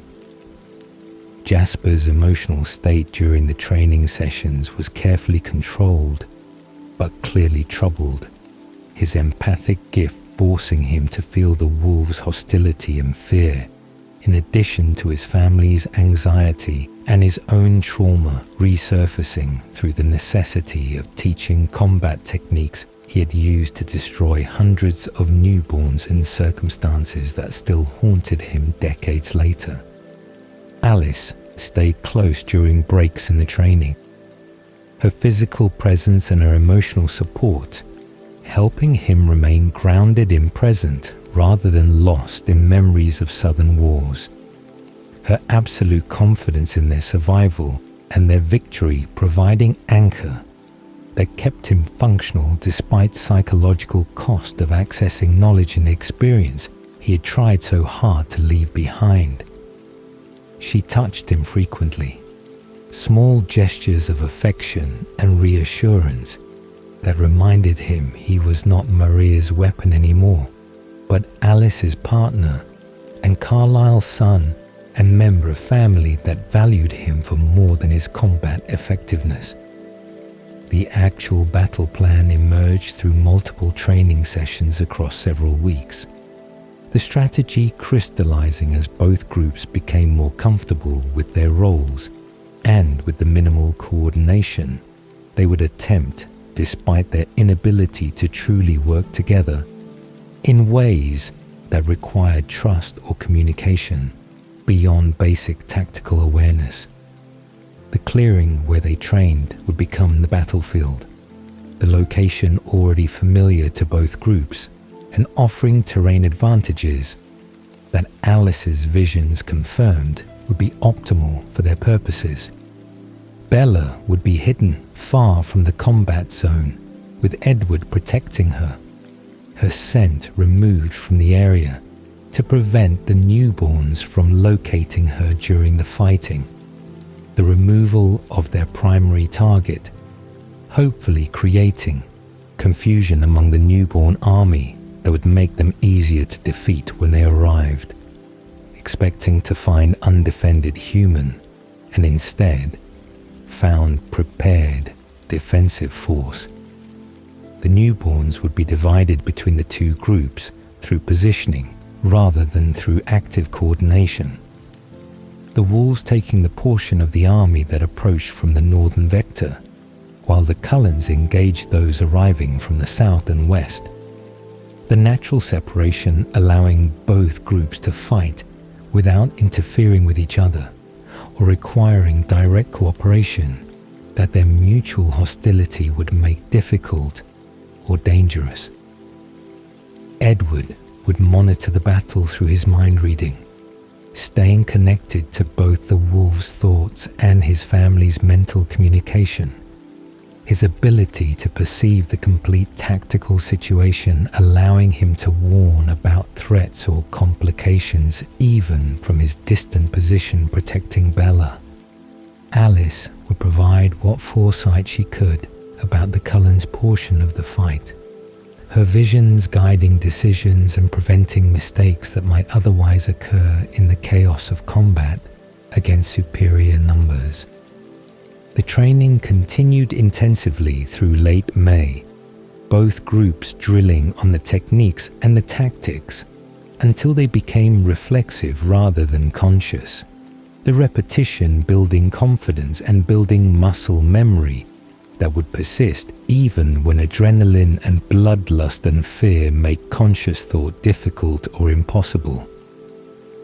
Jasper pushed them hard, his experience telling him that the difference between survival and death often came down to reactions that were fraction of second faster than opponents' reactions, to techniques that were executed properly under stress, because they had been practiced thousands of times in conditions that approximated actual combat as closely as training environment could manage. The wolves and the vampires remained separate and hostile but professionally cooperative. Their shared goal of protecting Bella and their shared interest in surviving the coming battle sufficient to maintain the alliance despite every instinct screaming at them to abandon cooperation and return to the comfortable enmity that had characterized their species' relationship for centuries. The morning of the battle arrived in mid-June with heavy cloud cover that Alice's visions had predicted days in advance. The grey skies and the threat of rain providing perfect conditions for vampire combat, without risk of sunlight exposure.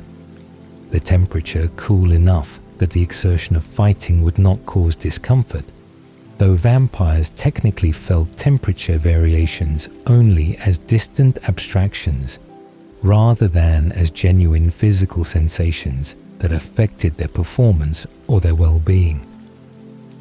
The clearing where they had trained for weeks looked somehow different, knowing that within hours it would become battlefield. The familiar moss and ferns and undergrowth suddenly seeming fragile and temporary.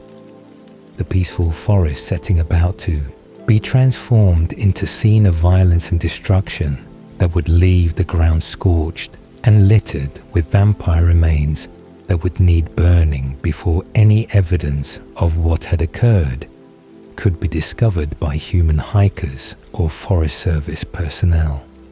Edward and Bella had departed hours before dawn, hiking deep into the mountains to campsite that Alice's visions had identified as sufficiently remote and sufficiently difficult to reach, that the newborn army would have no chance of locating it during the battle.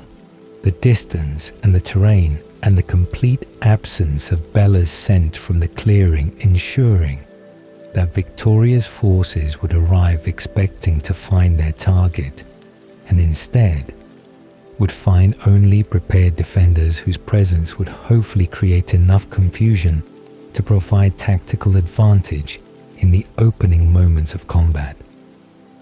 Seth Clearwater, in his sandy-colored wolf form, accompanied them as additional protection. The youngest pack member assigned to guard duty rather than combat because Sam considered him too inexperienced and too valuable to risk in the main battle.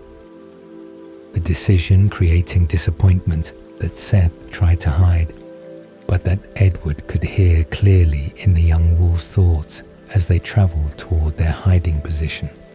The Cullen family positioned themselves in the clearing at dawn, their formation carefully planned through Alice's visions and through Jasper's tactical expertise.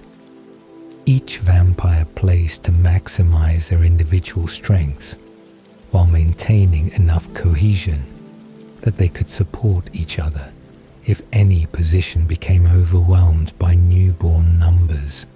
Carlisle stood slightly forward of the others, his position as family patriarch and his role as diplomat making him the natural point person for any initial contact.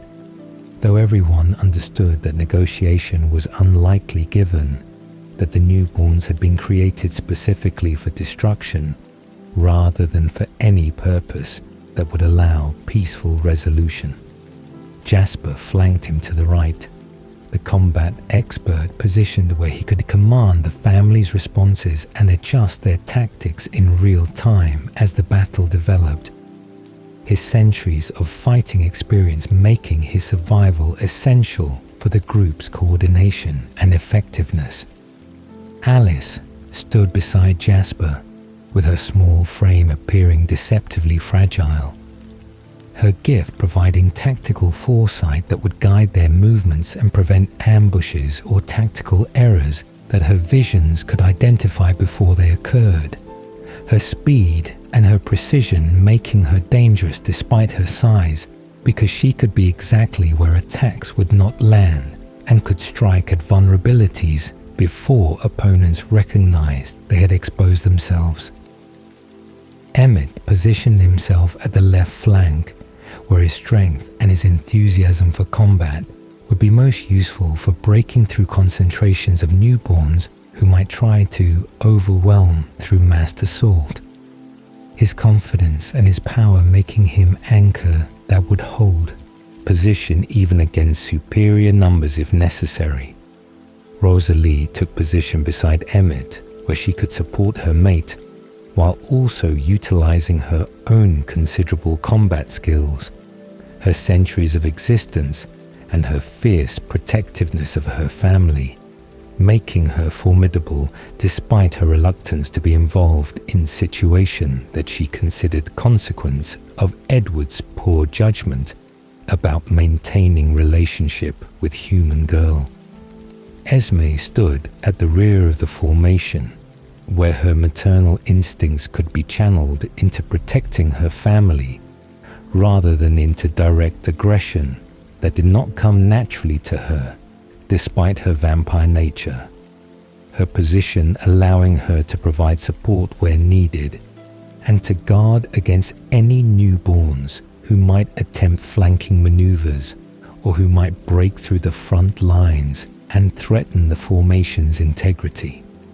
The family waited in tense silence, their enhanced hearing picking up sounds from miles away, their vision scanning the forest for first signs of approaching army, their bodies coiled and ready for violence that none of them enjoyed, but all of them accepted as necessary for protecting Bella and for protecting each other from threat that Victoria's revenge had created. The wolf pack arrived from the northern side of the clearing 30 minutes after the Cullens had taken their positions. 10 massive creatures emerging from the forest with Sam's black form in the lead, their presence immediately filling the space with tension that went beyond the upcoming battle into territory of ancient instincts and species-level hostility that conscious decision to cooperate could moderate but never entirely overcome. The wolves spread out in their own formation, roughly parallel to the Cullen line, but separated by 50 feet of open ground, their positioning creating two distinct defensive forces rather than single integrated unit. The arrangement reflecting both groups' inability to truly work together despite their shared goal and their weeks of coordinated training. Paul's aggressive nature was evident in his forward position, his dark silver form radiating eagerness for combat that his alpha's mental control kept channeled toward appropriate targets, rather than allowing it to spill over into attacking the vampires whose proximity made his instinct scream danger and threat. Alice's visions sharpened as the moment approached, her perception showing her the newborn army emerging from the forest in disorganized mass, rather than in any coherent formation. Riley leading them, but not truly commanding them, because newborns lack the discipline or the cognitive capacity for following complex orders or maintaining tactical coherence under stress. She saw 21 red-eyed vampires breaking from the tree line, their movements too fast for human perception, but appearing almost clumsy compared to experienced vampires' fluid grace. Their strength evident in how they tore through undergrowth and how their footfalls left deep impressions in ground that should not have been soft enough to show such clear impact markers. The visions showed surprise and confusion spreading through the newborn ranks as they registered the waiting defenders. Their expectations of finding unprotected human girl shattered by a reality of 7 vampires and 10 giant wolves positioned in clear defensive formation. The newborns arrived exactly when Alice had foreseen, the army bursting from the southern edge of the clearing in ragged wave of red eyes and pale skin and violent hunger that had been directed toward Bella, but now redirected toward the obstacles standing between them and their intended target. Riley at the front hesitated for crucial seconds as his newborn mind processed the unexpected situation.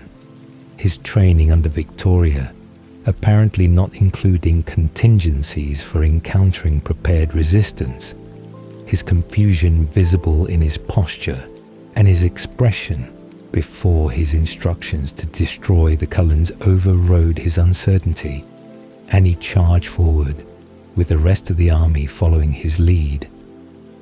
The newborns spread across the clearing without coordination, some heading toward the Cullens, and some veering toward the wolves, their lack of strategy immediately apparent as they simply attacked the nearest targets without consideration for tactical advantages or for supporting each other in ways that might have made their superior numbers more effective.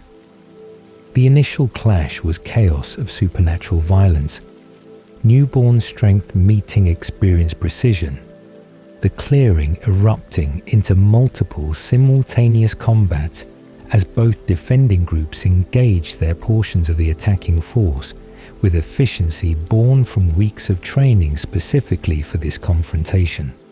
Jasper moved like precision instrument, his body flowing through practiced techniques that redirected newborn attacks and created openings for counter-strikes that targeted necks and limbs with surgical accuracy. His empathic gift allowing him to feel his opponent's intentions and to respond before their attacks fully developed. His decades of combat experience making him devastating against opponents who had only months of existence and no real training beyond Riley's rudimentary instruction. He dismembered his first attacker within seconds, the newborn's arm separating from its torso before the young vampire understood what had happened. Jasper's follow-up decapitation executed with mechanical efficiency that came from having performed the same sequence hundreds of times in the Southern Wars. Emmett fought with a more direct approach, using his strength not to match newborn power, but to create momentum that combined with technique to achieve devastating results. His massive hands gripping opponents and using their own aggression to throw them into trees or into other newborns. His laughter ringing across the battlefield despite the danger because combat brought out joy in him. That civilian existence could never quite satisfy. He tore through newborns with visible enthusiasm, his size allowing him to physically dominate even opponents who technically possess superior strength. His decades of fighting experience teaching him how to use leverage and positioning to make strength differences less relevant than technique and timing. He ripped limbs from torsos with practiced ease, his powerful legs driving him forward into the next opponent before the previous victim had finished falling. His combat style relying on continuous forward momentum that kept newborns off balance and prevented them from organizing any coordinated response. Alice was blur of motion, her small size and her incredible speed making her nearly impossible to target effectively. Her gift showing her where attacks would come from seconds before they arrived, and allowing her to position herself in spaces where enemy blows would not land. Her strikes targeting vulnerabilities with precision that came from seeing exactly where and when to attack for maximum effectiveness. She moved through combat like dancer, her movements graceful despite their lethality, her hands striking at necks and joints with enough force to sever or dislocate despite her diminutive frame, because technique and perfect timing amplified her natural vampire strength into attacks that were as effective as Emmett's more obvious power. She fought with calm expression that suggested she was simply executing predetermined choreography rather than responding to chaotic battlefield conditions, her visions making the combat feel almost routine because she had already seen every moment before it occurred. Carlyle fought with visible reluctance, his compassion evident even as he performed necessary violence to protect his family, his strikes efficient but not cruel, his dismemberment of newborn opponents quick and clean rather than drawn out or sadistic in ways that would have been easy for a vampire who had existed as long as he had and who possessed his level of skill. He positioned himself to intercept newborns who were targeting his children, his paternal instincts making him more aggressive than his peaceful nature normally allowed, his medical knowledge of anatomy making him disturbingly effective at knowing exactly where and how to strike to disable opponents with minimum effort and maximum efficiency. He called out warnings to family members when his position gave him better view of approaching threats. His coordination and his tactical awareness helping maintain their formation despite the chaos surrounding them. Rosalie fought with controlled fury, her beauty masking the violence of her attacks, her centuries of resentment and bitterness channeled into devastating effectiveness against opponents who had the misfortune to face vampire, who had spent decades wishing she could destroy the monsters who had destroyed her human life, and who now had legitimate targets for rage that usually remained contained beneath civilized surface. She protected Emmett's flanks while also conducting her own offensive, her coordination with her mate seamless from their decades together, their fighting styles complementing each other as his strength created openings that her speed and precision exploited before opponents could recover from his initial assaults. She dismembered newborns with clinical efficiency, her expression cold and focused, her determination absolute that none of these creatures would reach Bella or harm any member of her family.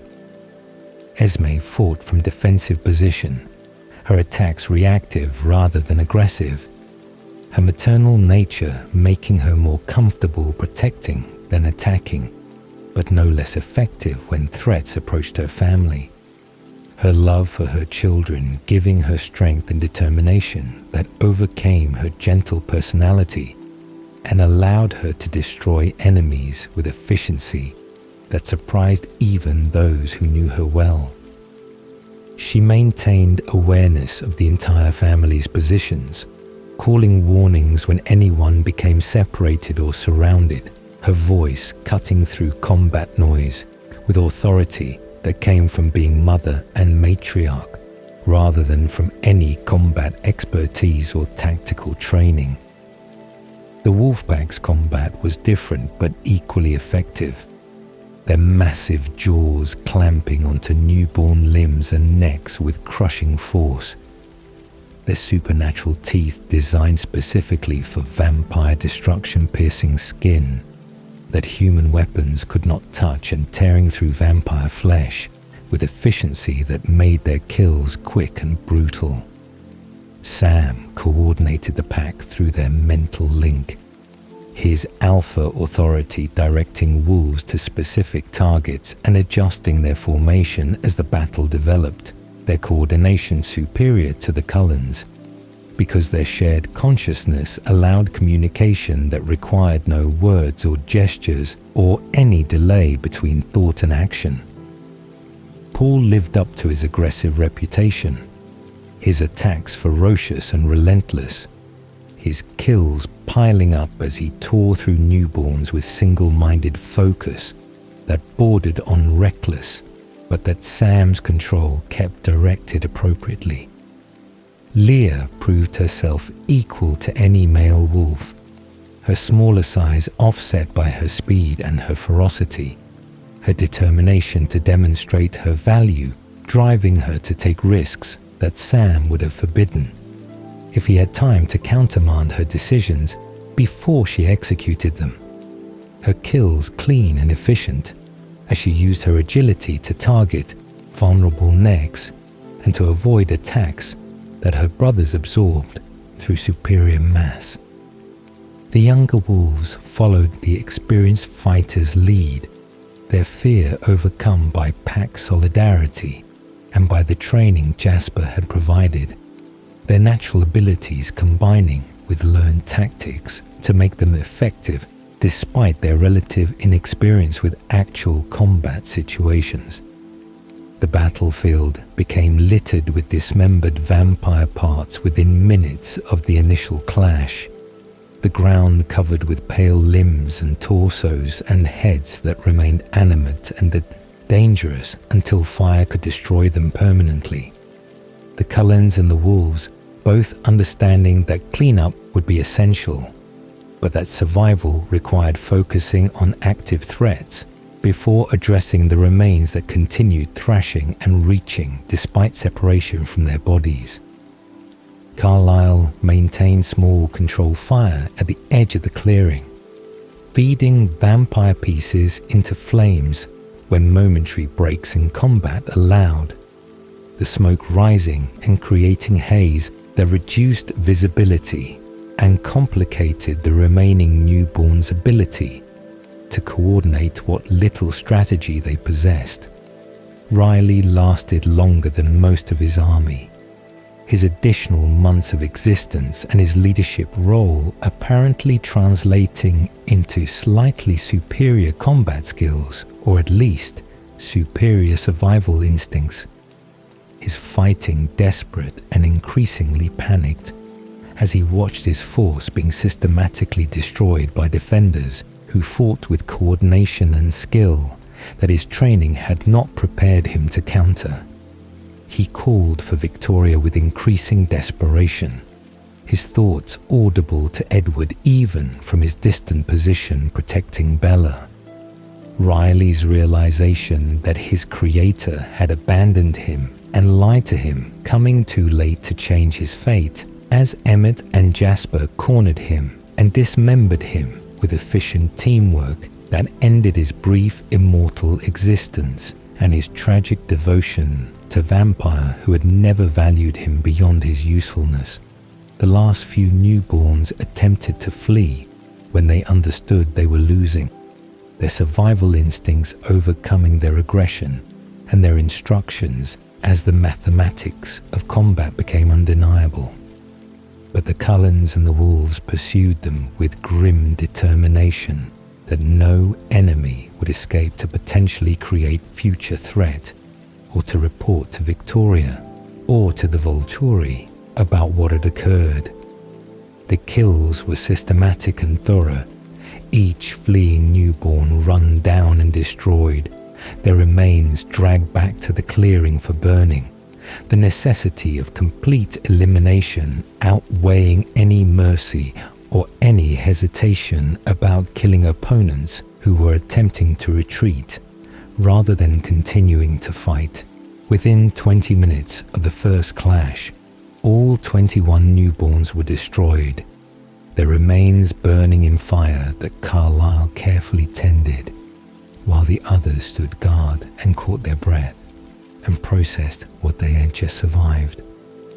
Victoria and Riley approached Edward and Bella's mountain campsite during the battle's final moments. The red-haired vampire's self-preservation gift, having kept her at careful distance from the clearing where her newborn army was being systematically destroyed. Her strategy of using disposable soldiers to overwhelm the Cullens, while she personally targeted Bella, revealing itself as carefully calculated plan that accounted for the possibility that the army might fail in their frontal assault.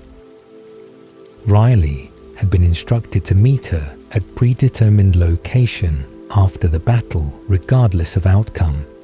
His devotion to Victoria making him follow her commands without question, even as his consciousness processed the disturbing sounds and scents drifting from the clearing that suggested something had gone catastrophically wrong with the attack he had been assured would succeed through overwhelming numerical advantage and superior newborn strength.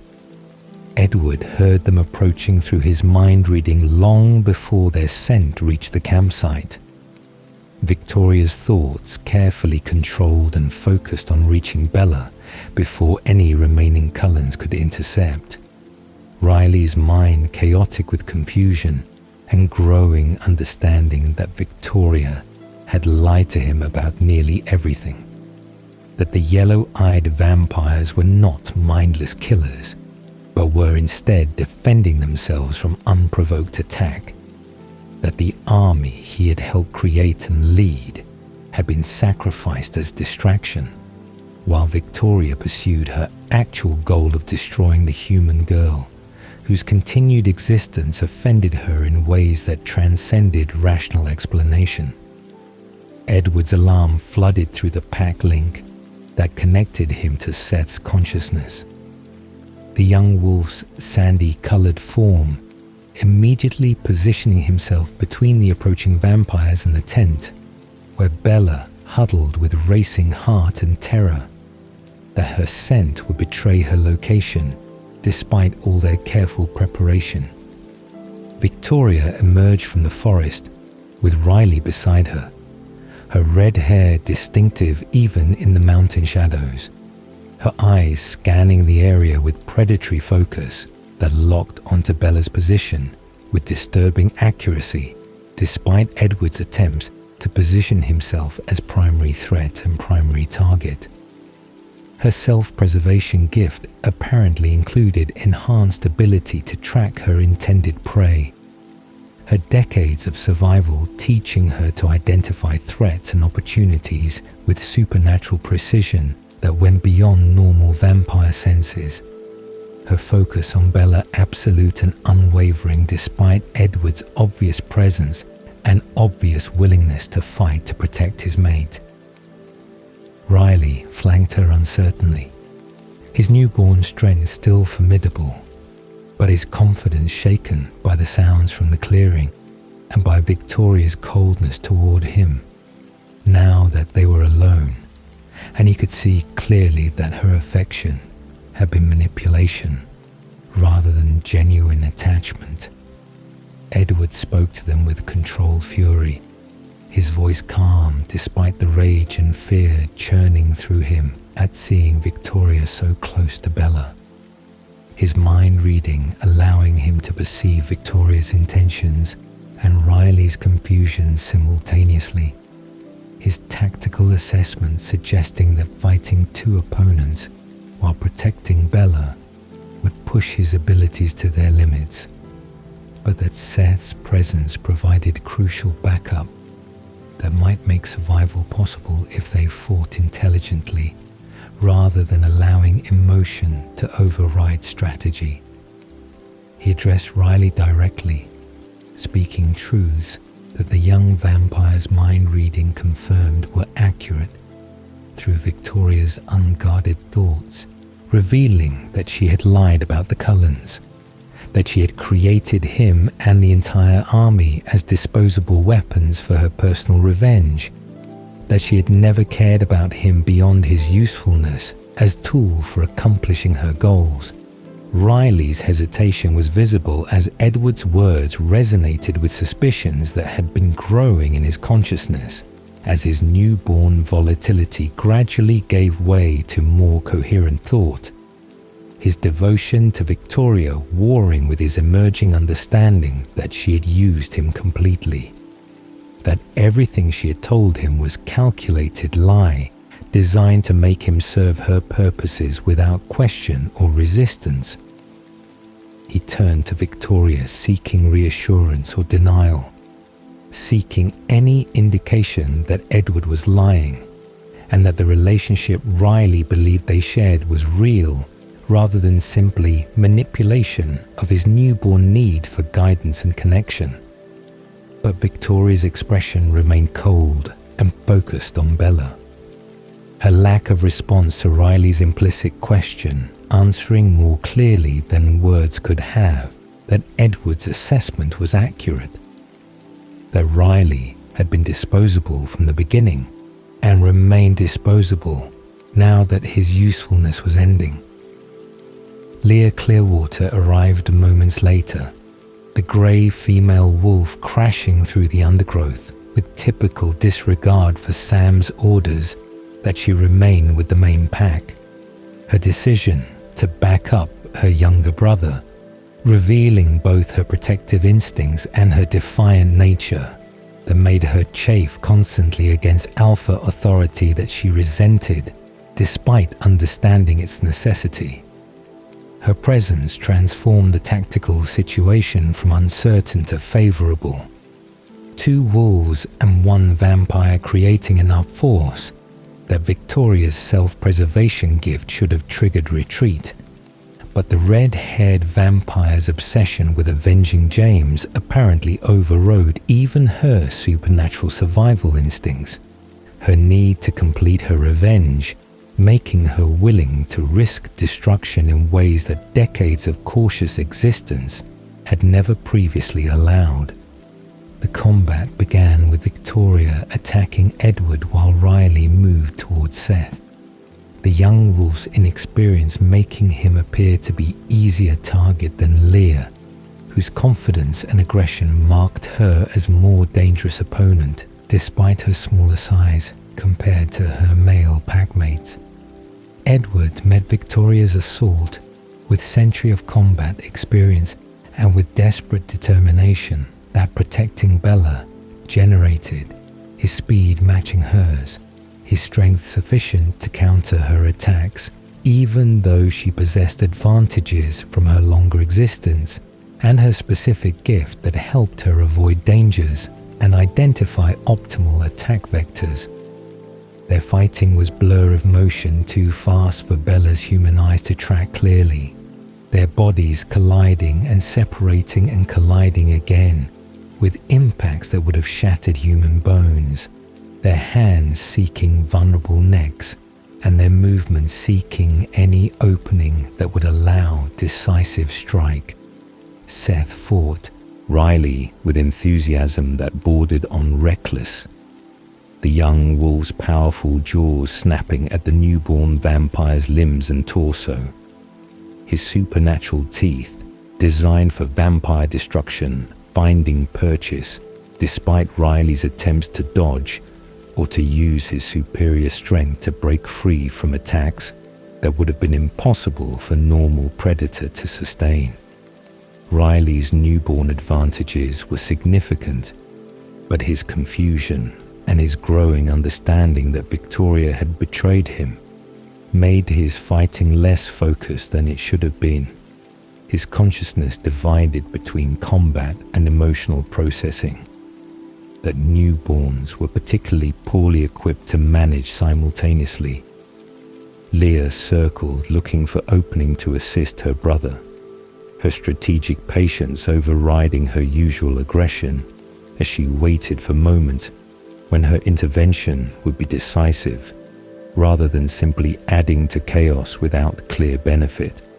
Edward's mind reading gave him crucial advantage against Victoria, despite her greater experience, his ability to hear her intentions allowing him to anticipate her attacks fraction of a second before they developed.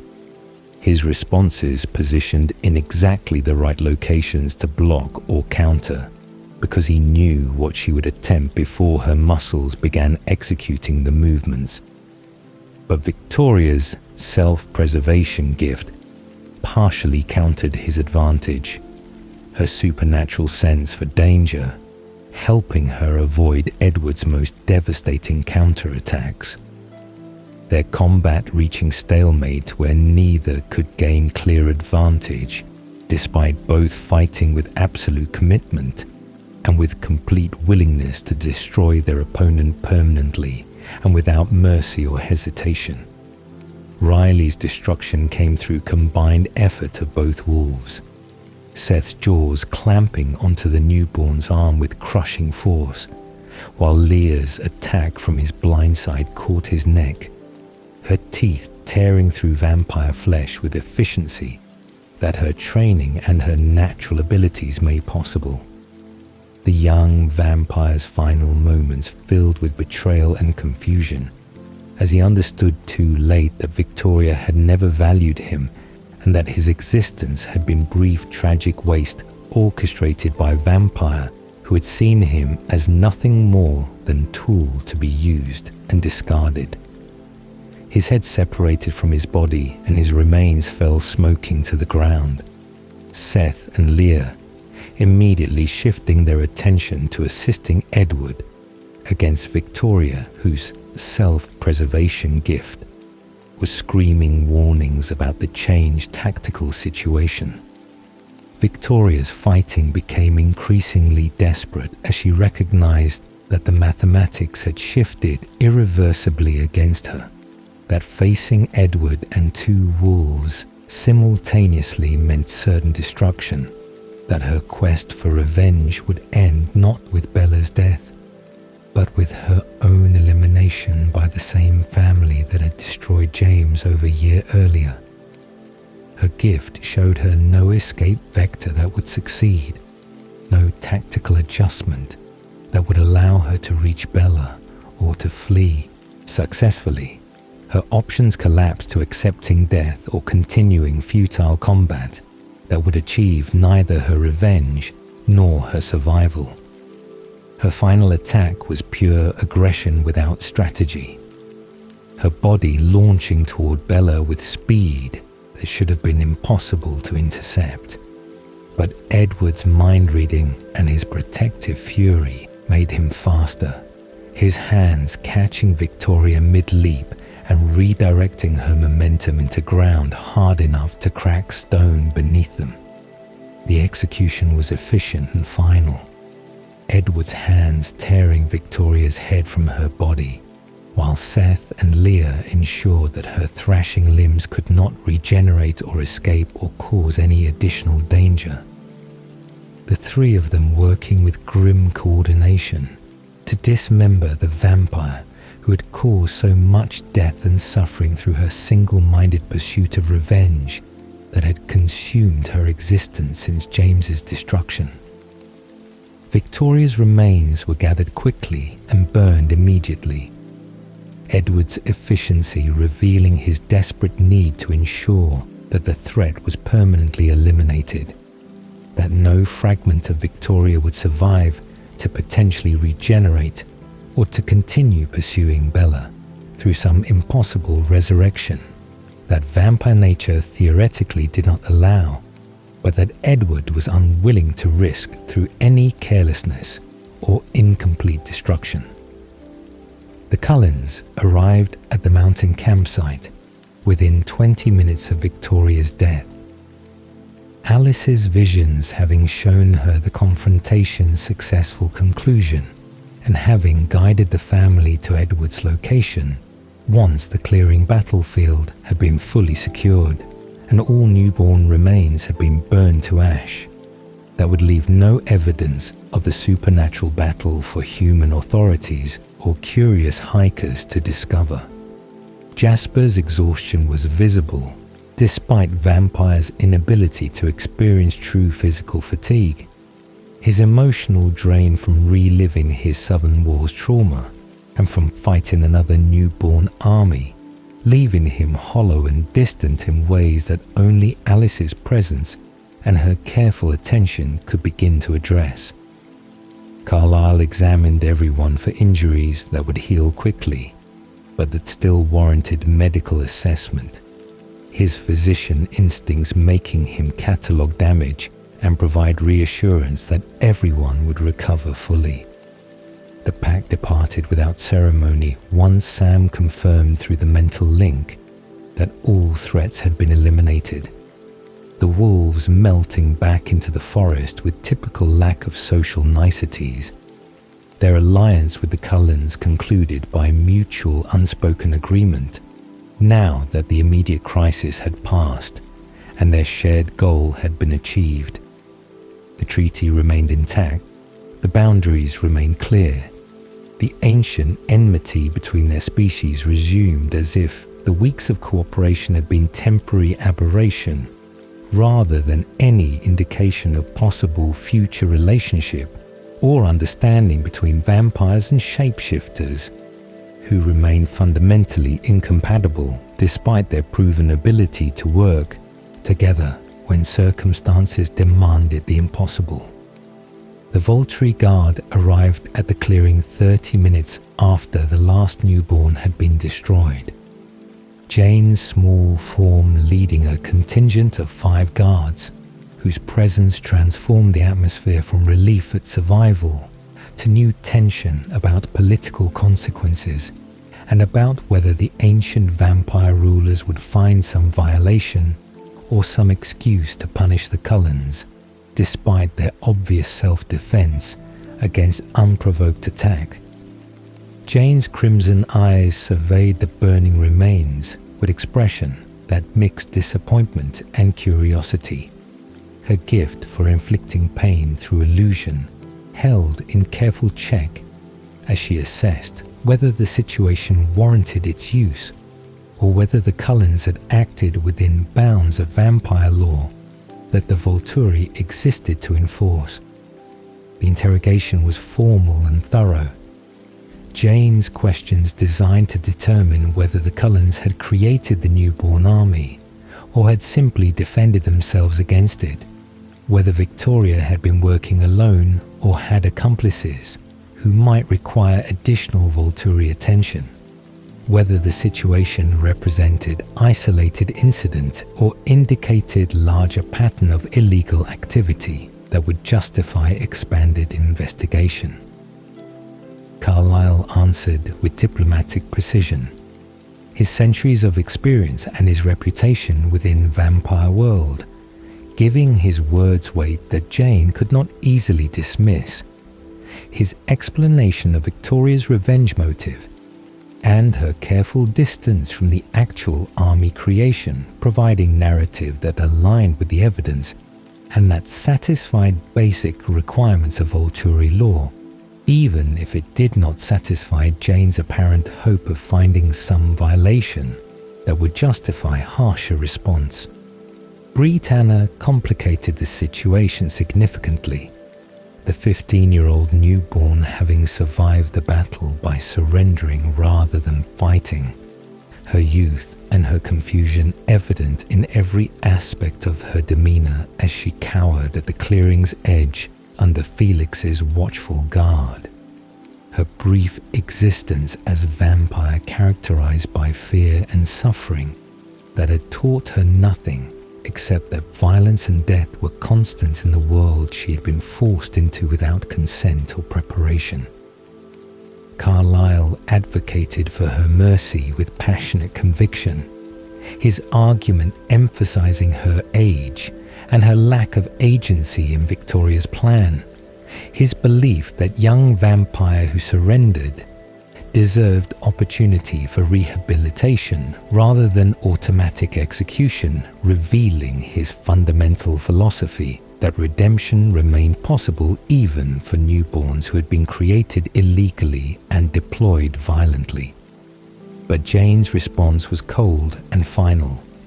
Her explanation that Bree knew too much about vampire nature and about the Cullens specifically to be allowed to survive, making her destruction mandatory, according to Volturi law, that prioritized secrecy above individual lives or individual circumstances. Her demonstration of Volturi authority brooking no argument or negotiation, despite Carlyle's continued advocacy. Felix performed the execution with practiced efficiency, his massive hands tearing Bree's head from her body, while the young vampire's final expression showed confusion and betrayal and the particular tragedy of existence cut short before it ever truly began. Her remains added to the fire that consumed all evidence of the newborn army and its brief, violent existence. Aro's continued interest in the Cullen family manifested through Jane's pointed questions about Alice's visions and Edward's mind-reading. Her inquiries revealing that the Volturi leaders remained fascinated by their gifts and remained interested in recruiting them for the Guard despite repeated refusals. The implicit threat clear that refusing Volturi hospitality indefinitely might eventually have consequences that would make cooperation seem preferable to continued independence. Jane's departure was courteous but laden with subtext. Her assurances that the Cullens had acted appropriately feeling less like exoneration and more like temporary reprieve. Her final glance backward suggesting that future encounters were inevitable and that the Volturi's patience with the Cullens' unusual lifestyle and their unusual attachments would not last forever. The clean-up consumed hours of careful work, ensuring every vampire fragment was completely incinerated, scattering the ashes widely enough that no concentration would suggest mass burning, eliminating any evidence that would allow human authorities to determine that something supernatural had occurred in the clearing. The family working together with exhausted efficiency to erase all traces of the battle that had nearly destroyed them. Edward remained with Bella throughout, his protective vigilance undiminished despite the threats being eliminated. His awareness that Victoria's death did not mean safety, when the Volturi themselves represented far greater danger than any individual vampire's revenge quest could ever generate. The return to their house felt simultaneously triumphant and sobering, the family having survived against terrible odds, but having also attracted Volturi attention that would complicate their future. Jasper's trauma, requiring careful support that Alice provided with unwavering devotion.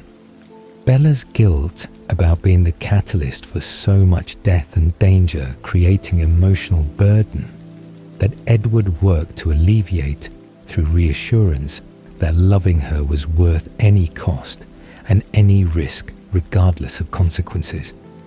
The newborn army war was concluded.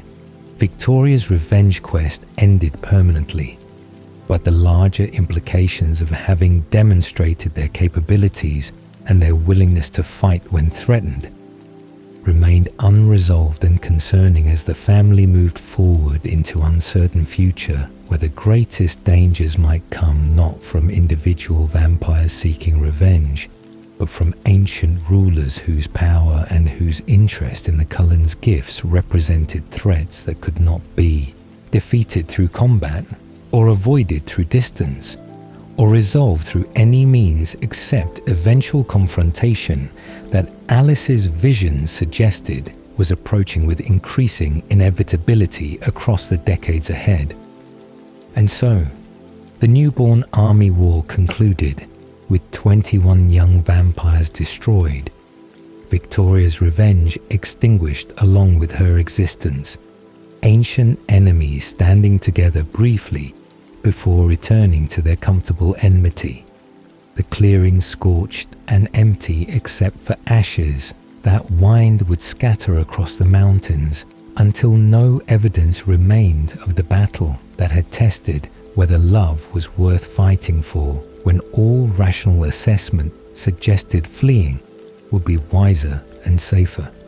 Victoria's grief transformed into cold strategy, her maid bond severance demanding answer that ultimately cost her everything, her patience and her planning insufficient against family who valued each other enough to risk destruction, rather than abandon the human girl who had become essential to their existence despite every complication her mortality created.